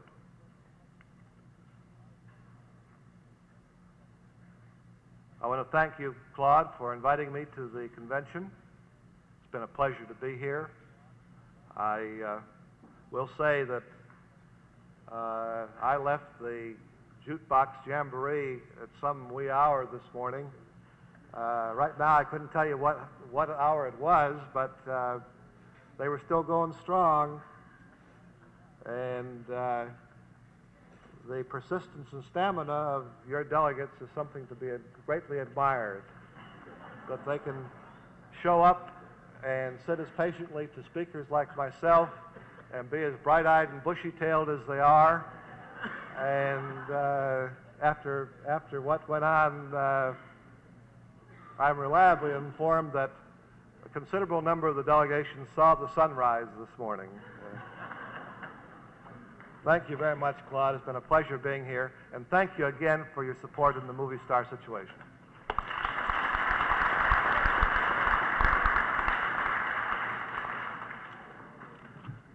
Thank you, Al, for those timely remarks. We have another gentleman that I want to give a few minutes to discuss with you. Some problems, but before I do, I want to ask the entire delegation of this group, ILG, Lady Garment Workers Union, to stand. I want the convention to know who these people are. Would you please rise? ILGWU delegation, all sitting in the back.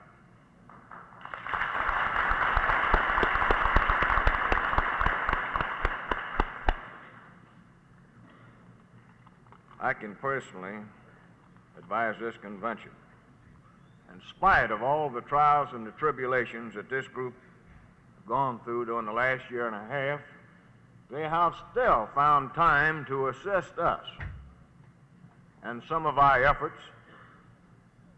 Two of the ladies sitting back there actually head up our women activities departments in their respective areas, Evelyn Voss and Juanita Nichols, who a lot of you know. And in spite of all of their trials and tribulations, they're still making their contribution to the rest of the labor movement in this state, and I thought you should meet those people. We have with us this morning the organizing director, Southern Director of Organization for the Amalgamated Clothing Workers Union, another organization that has its problems in the state of Mississippi.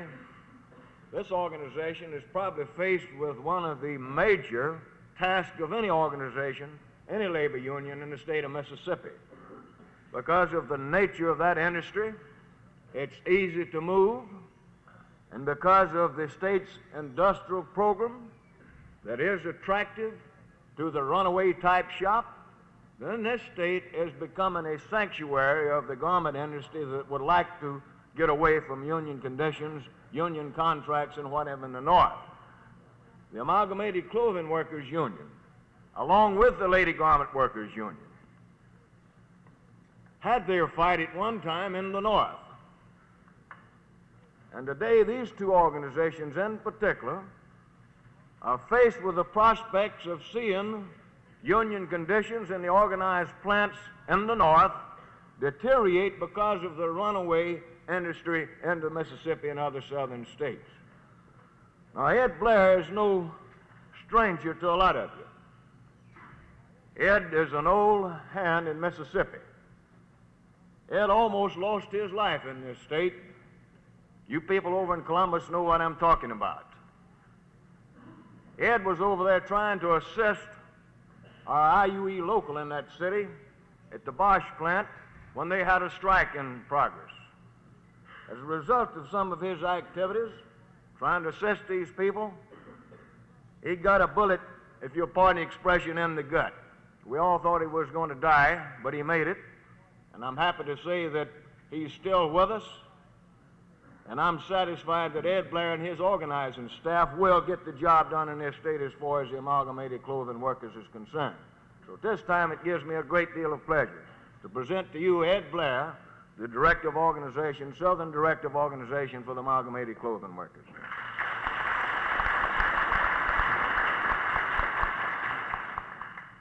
President Ramsey, Secretary Treasurer Knight, President Becker from Arkansas, delegates and guests. I got a little axe to grind today. I kind of feel like the clothing manufacturer who woke up one morning to the fact that the organizers were breathing down his neck. There was an active organizing campaign going on in his shop, and he worried him considerably. And as the days stretched out, the more worried he got.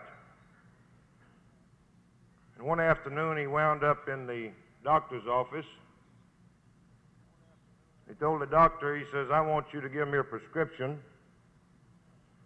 for something to make me sleep tonight.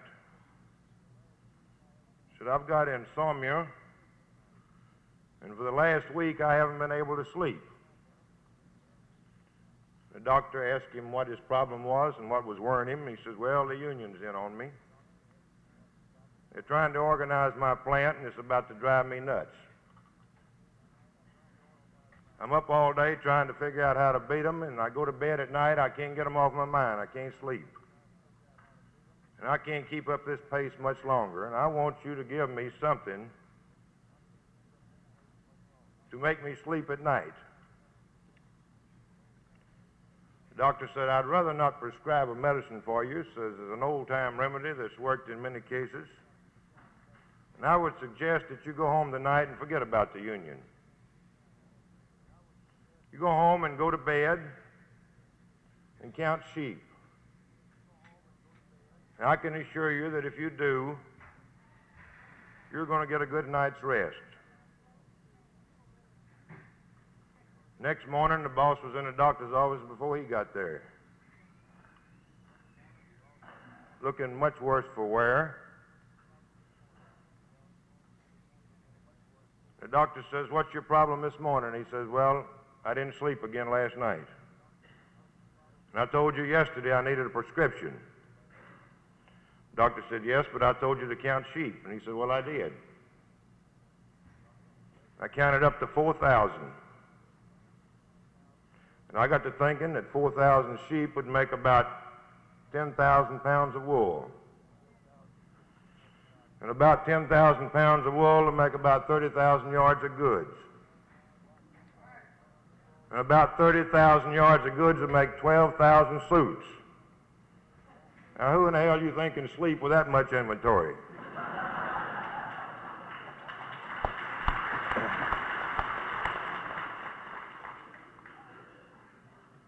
What's causing me some insomnia and some worry is the number of unorganized workers within our state.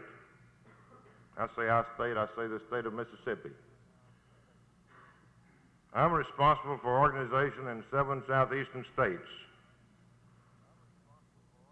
But I feel like Mississippi is home. I've spent a lot of time here in the last 10 to 15 years. And I think that the labor movement as a whole is lax in its organizing efforts in the state of Mississippi, and I include my own union in that group. In looking over the recent issue of the Mississippi Manufacturer's Guide, a directory put out within the last year, and they're available across the street over here to anybody that wants to look at one of them. And there's a pretty accurate list of the industries, the number of employees, the locations, and the products that they manufacture. The figures are enough to cause any union person to lose sleep when they consider the number of people we have organized in this state and the number we don't have organized. And it's true that my own union has carried on some concentrated organizing within this state, but we haven't done enough. We've only scratched the surface. We're newcomers as far as some of you people concerned in this audience in the labor movement in Mississippi. Our first local was chartered here in 1948. We have a little better than 5,000 dues-paying members in this state today, but we've only scratched the surface, because there are better than 100,000 unorganized people within the jurisdiction of my union. And the problems of my union and the problems of the ILGWU are tremendous in this state. But this state is not only attracting the rag industry, it's attracting some big basic industries. And there needs to be some real organizing activities carried on in this state.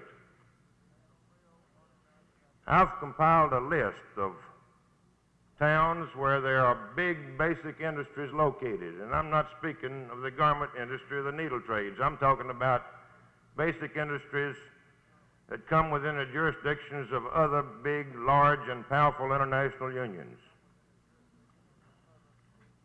The list is almost too big to read. Just hitting it fast though is Aberdeen, Corinth, New Albany, Tupelo, Columbus, Canton, Jackson, Kosciuszko, Greenville, Winona, Vicksburg, Greenwood, Fulton, Indianola, Bay Springs, Pass Christian, Pascagoula, Biloxi, and Gulfport. Just in those towns alone, and there are many more that I know you could think of. There are basic industries, unorganized, that need attention, that need full-time organizers assigned to those industries. And we call the roll of some of the big international unions. And my union is as much at fault as any of them are. I have at present 4 full-time organizers working within the state of Mississippi. In addition, our national office has 6 full-time business agents and a director paid by our national office. And my union has one of the lowest per capita incomes of any international union in the AFL-CIO. At present, we pay $1.25 per capita tax to our international union. At our recent convention, we raised the per capita effective October the 1st to $1.50, and that still leaves us very low. And in the financial report to our 50th biennial convention, we ran in the red for the last year close to $500,000. We spent more than we took in, our international union did. But we have not slacked up in our organizing campaigns anywhere in this country, and especially in the South. On our organizing staff, we have 35 full-paid, full-time organizers in the 7 southeastern states, and as many full-time business agents or more.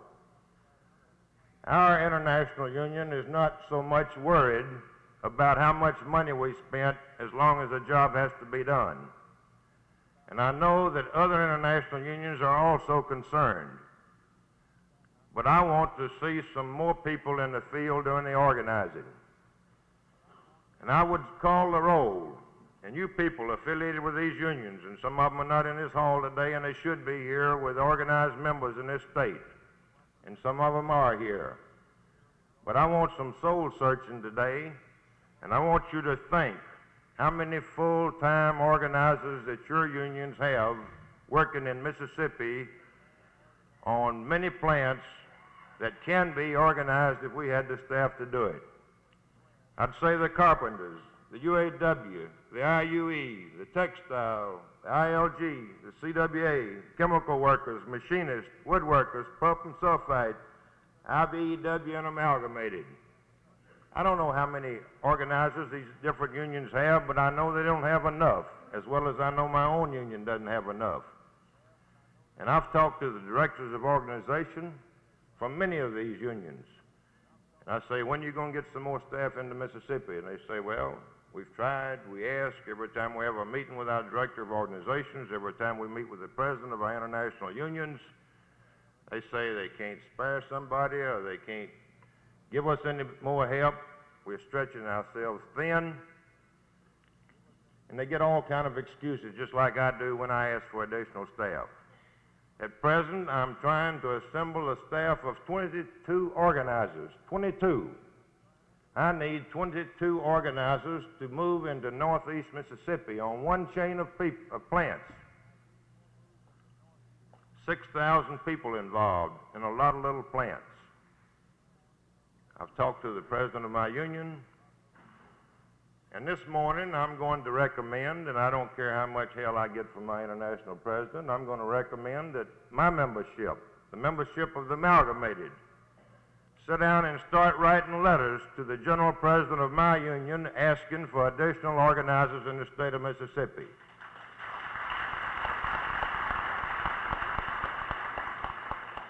And I may step on some toes here this morning, but I've been around long enough that I can take it. I think that the rank and file membership of all affiliated unions in this state should start calling on their international offices to get full-time organizers into Mississippi, and let's do a job.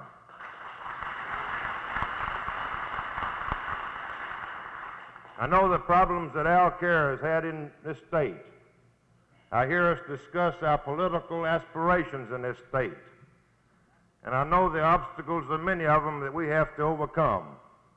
But I can say that our problems in political activities and in a lot of the other things that we're trying to do here would be much easier if we organize the potential memberships within our jurisdictions in this state.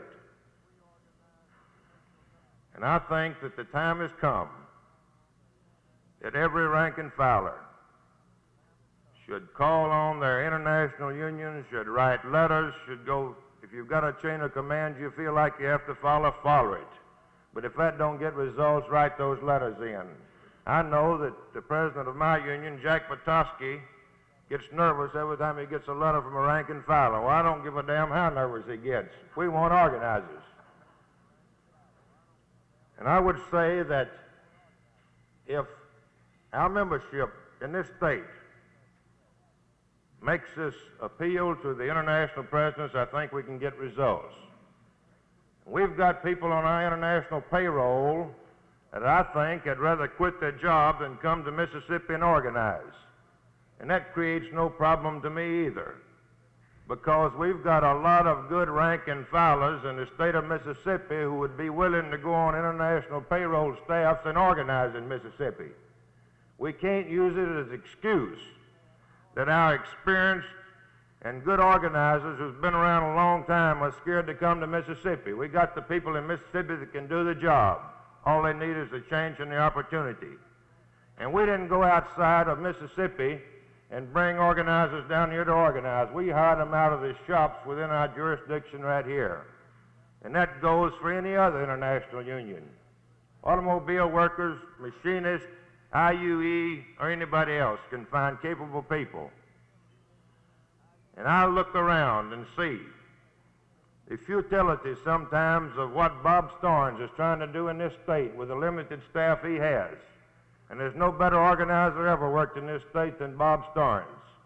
And he's recently conducted 2 successful campaigns right here in Jackson with very little help and very little staff.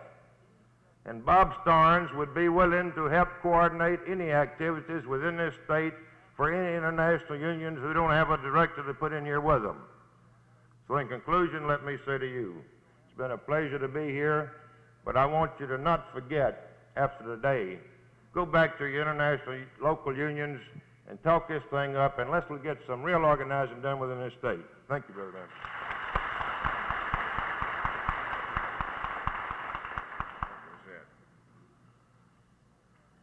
Thank you, Ed,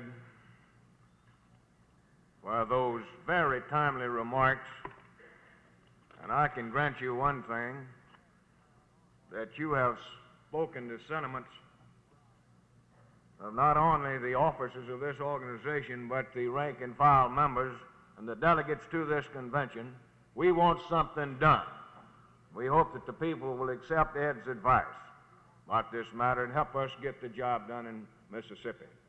Now, we have the chairman of the organizing committee ready to report. At this time, I'm going to ask the sergeant at arms to come up to the desk. We have a resolution we want passed out to the delegates, which we want to present before the chairman of this committee will present to the convention at this time.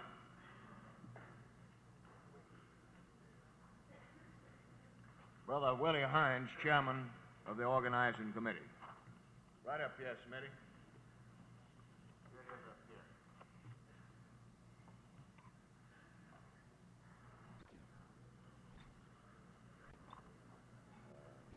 A copy of the resolution? A copy, hold your hand up. I believe everyone has a copy. Brother Hines. Mr. Chairman and delegates, this is the only resolution that the organizing committee had presented, so I'll read it. Whereas the AFL recognizes its obligation to, the AFL-CIO, I should say, recognizes its obligation to organize all working people into the trade unions, and whereas the best hope of a better life of millions of wage earners in this country is through union organization, and whereas many thousands of the unorganized workers in this country work and live in the state of Mississippi, now therefore be it resolved, 1, that the organizing of the unorganized workers of the United States is still the major unfinished task of the American labor movement. 2, that organizing the unorganized workers in the state of Mississippi is still the unfinished task of international unions and its affiliated locals. 3, and that the AFL affiliates must therefore continue to increase their organizing efforts. To this end, all AFL-CIO affiliates should critically examine their own organizing program to determine if they are fulfilling their organizing responsibility to their members and to unorganized workers in general. 4, that the AFL-CIO International Union should immediately conduct surveys in the state of Mississippi or call on the AFL-CIO Regional Office or the State Labor Council for a list of unorganized plants located within the state of Mississippi and proceed to start organizing programs.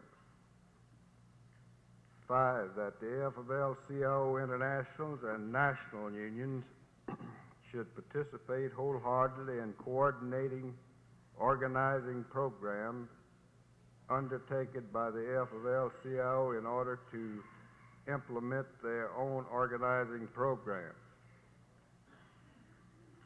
6, that only through total commitment and the help of assistance of all of our members and officers can meet the organizing challenge we face today in Mississippi. 7, that all international representatives and AFL-CIO representatives check and coordinate their organizing activities with the local Central Labor Union if there is one established within the area.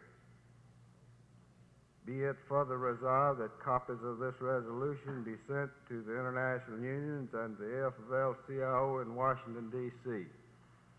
Your committee so moves that it be approved, Mr. President. You've heard the committee's report. A motion to adopt resolution number 7, which is self-explanatory. Do we have any discussion? Ms. Starnes?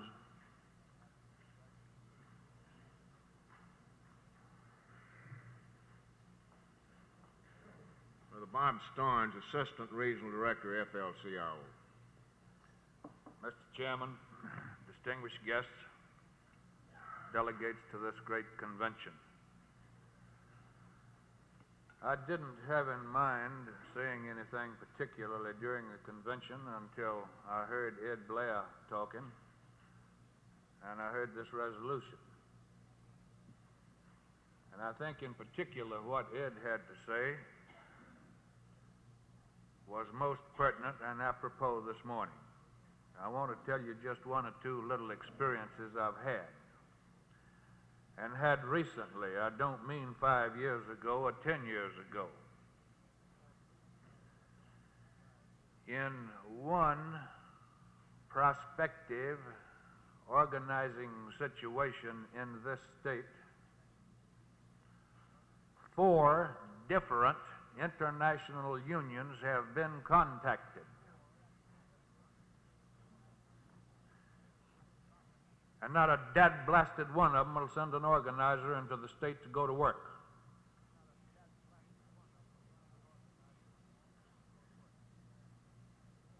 I am reliably informed by staff representatives of one international union that instructions have gone forth to that staff to stay out of the state of Mississippi. They can't organize anything here in the first place, and if they do organize them, they can't get a contract. I am informed by another international union that the officers of that union have assigned 4 different representatives to come into this state to work on organizing, and that in each case 4 men have quit before they would come here.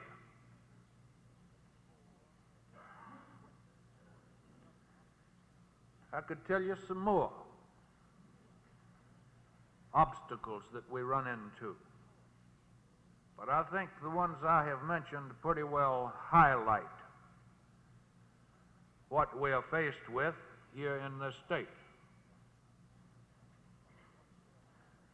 And I think we're faced with something else. I'm going to do a little criticizing now of our local people. I'm afraid we have a situation in too many towns and in too many local unions where at least a part of, some of our members are ashamed to tell their neighbors and fellow townsmen that they belong to a local union and that those people could get a benefit out of belonging to a union too. In other words, they don't want to help. They don't want to talk. They aren't proud of the fact that they're a member of a labor union. And I'll guarantee you, if it hadn't been for labor unions in about 9/10 of the plants in this state and elsewhere in this country, people would still be working for 90 cents a day, 12 and 14 hours a day from sun up to sundown. Because anytime anybody in this room or elsewhere thinks management has accepted organized labor and thinks we are nice people and they want to get along with us, they better wake up. Because management don't want labor a bit more today than they wanted labor 50 years ago.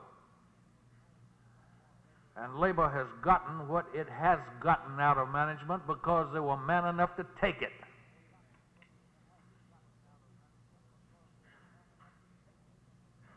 And we're going to have to do some more taking somewhere up and down this road.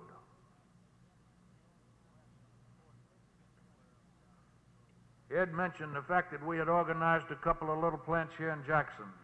within the last 4 or 5 weeks.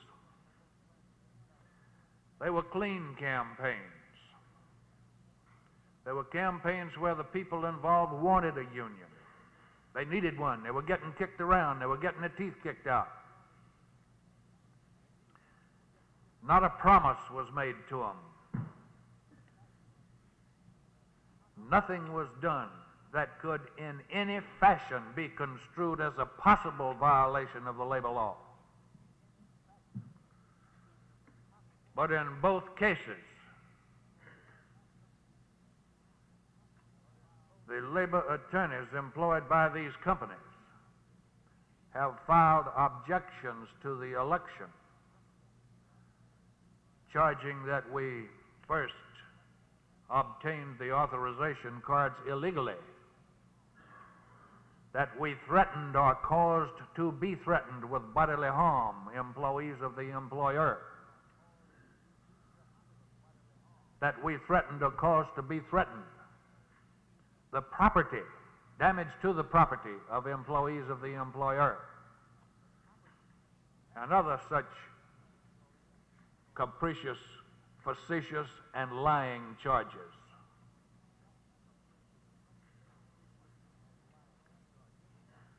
So that lets you know what we face in almost every organizing campaign after we win an election. You still have weeks and weeks of litigation before certification. But regardless of that, these international unions are going to have to wake up to the fact that more and more of their organized plants are moving away and coming down here and coming into other southern states. And if they don't follow them with organizers down here, pretty soon they'll all be down here and they won't have any members up there.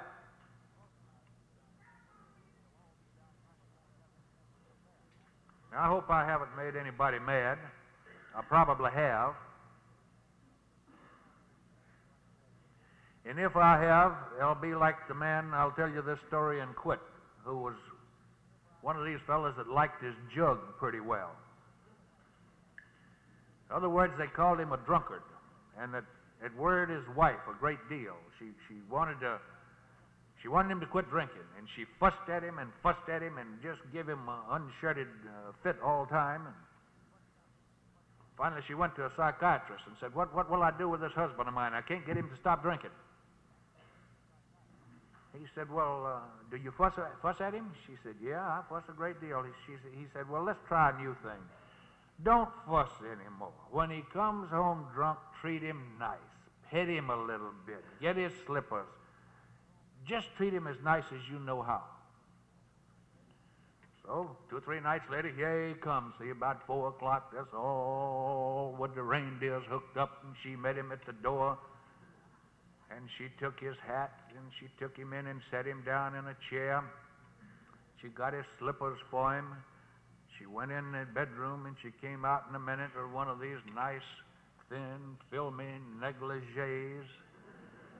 And she patted him on the cheek a little bit, and she called him honey, and she went and got him a cup of coffee, sat on his lap, patted him a little more, and finally she said, are you tired? Yeah, I think I am. I said, well, why don't you get up and come on, let you and me go to bed? I reckon I might as well. When I get home, I'm going to catch hell from my wife anyhow.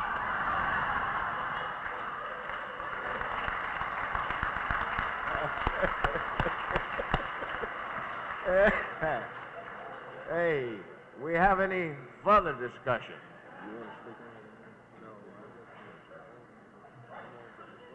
Hey. Yeah, no. We have any further discussion on the motion to adopt the resolution? All in favor of the motion signify it by saying aye. All opposed? Motion carried and so ordered. Brother Hines. Thank you, Mr. Chairman and delegates. I want to thank this committee who worked on this committee with me, including myself, Herbert Mills, Christine McCullough, Albert B. Bailey, Andrew Brown, and SHD. It's a fine committee, and I hope I'll have an opportunity to work with them again on the committee. But we asked at this time that the committee be discharged. This is all the work we have. Thank you. Thank you, Brother Hines. You've heard the motion of the chairman of the organizing committee that his committee be discharged with the vote of the convention. Have any discussion on that motion? Not all in favor of the motion signify it by saying aye. All opposed? Motion carried and so ordered. You know what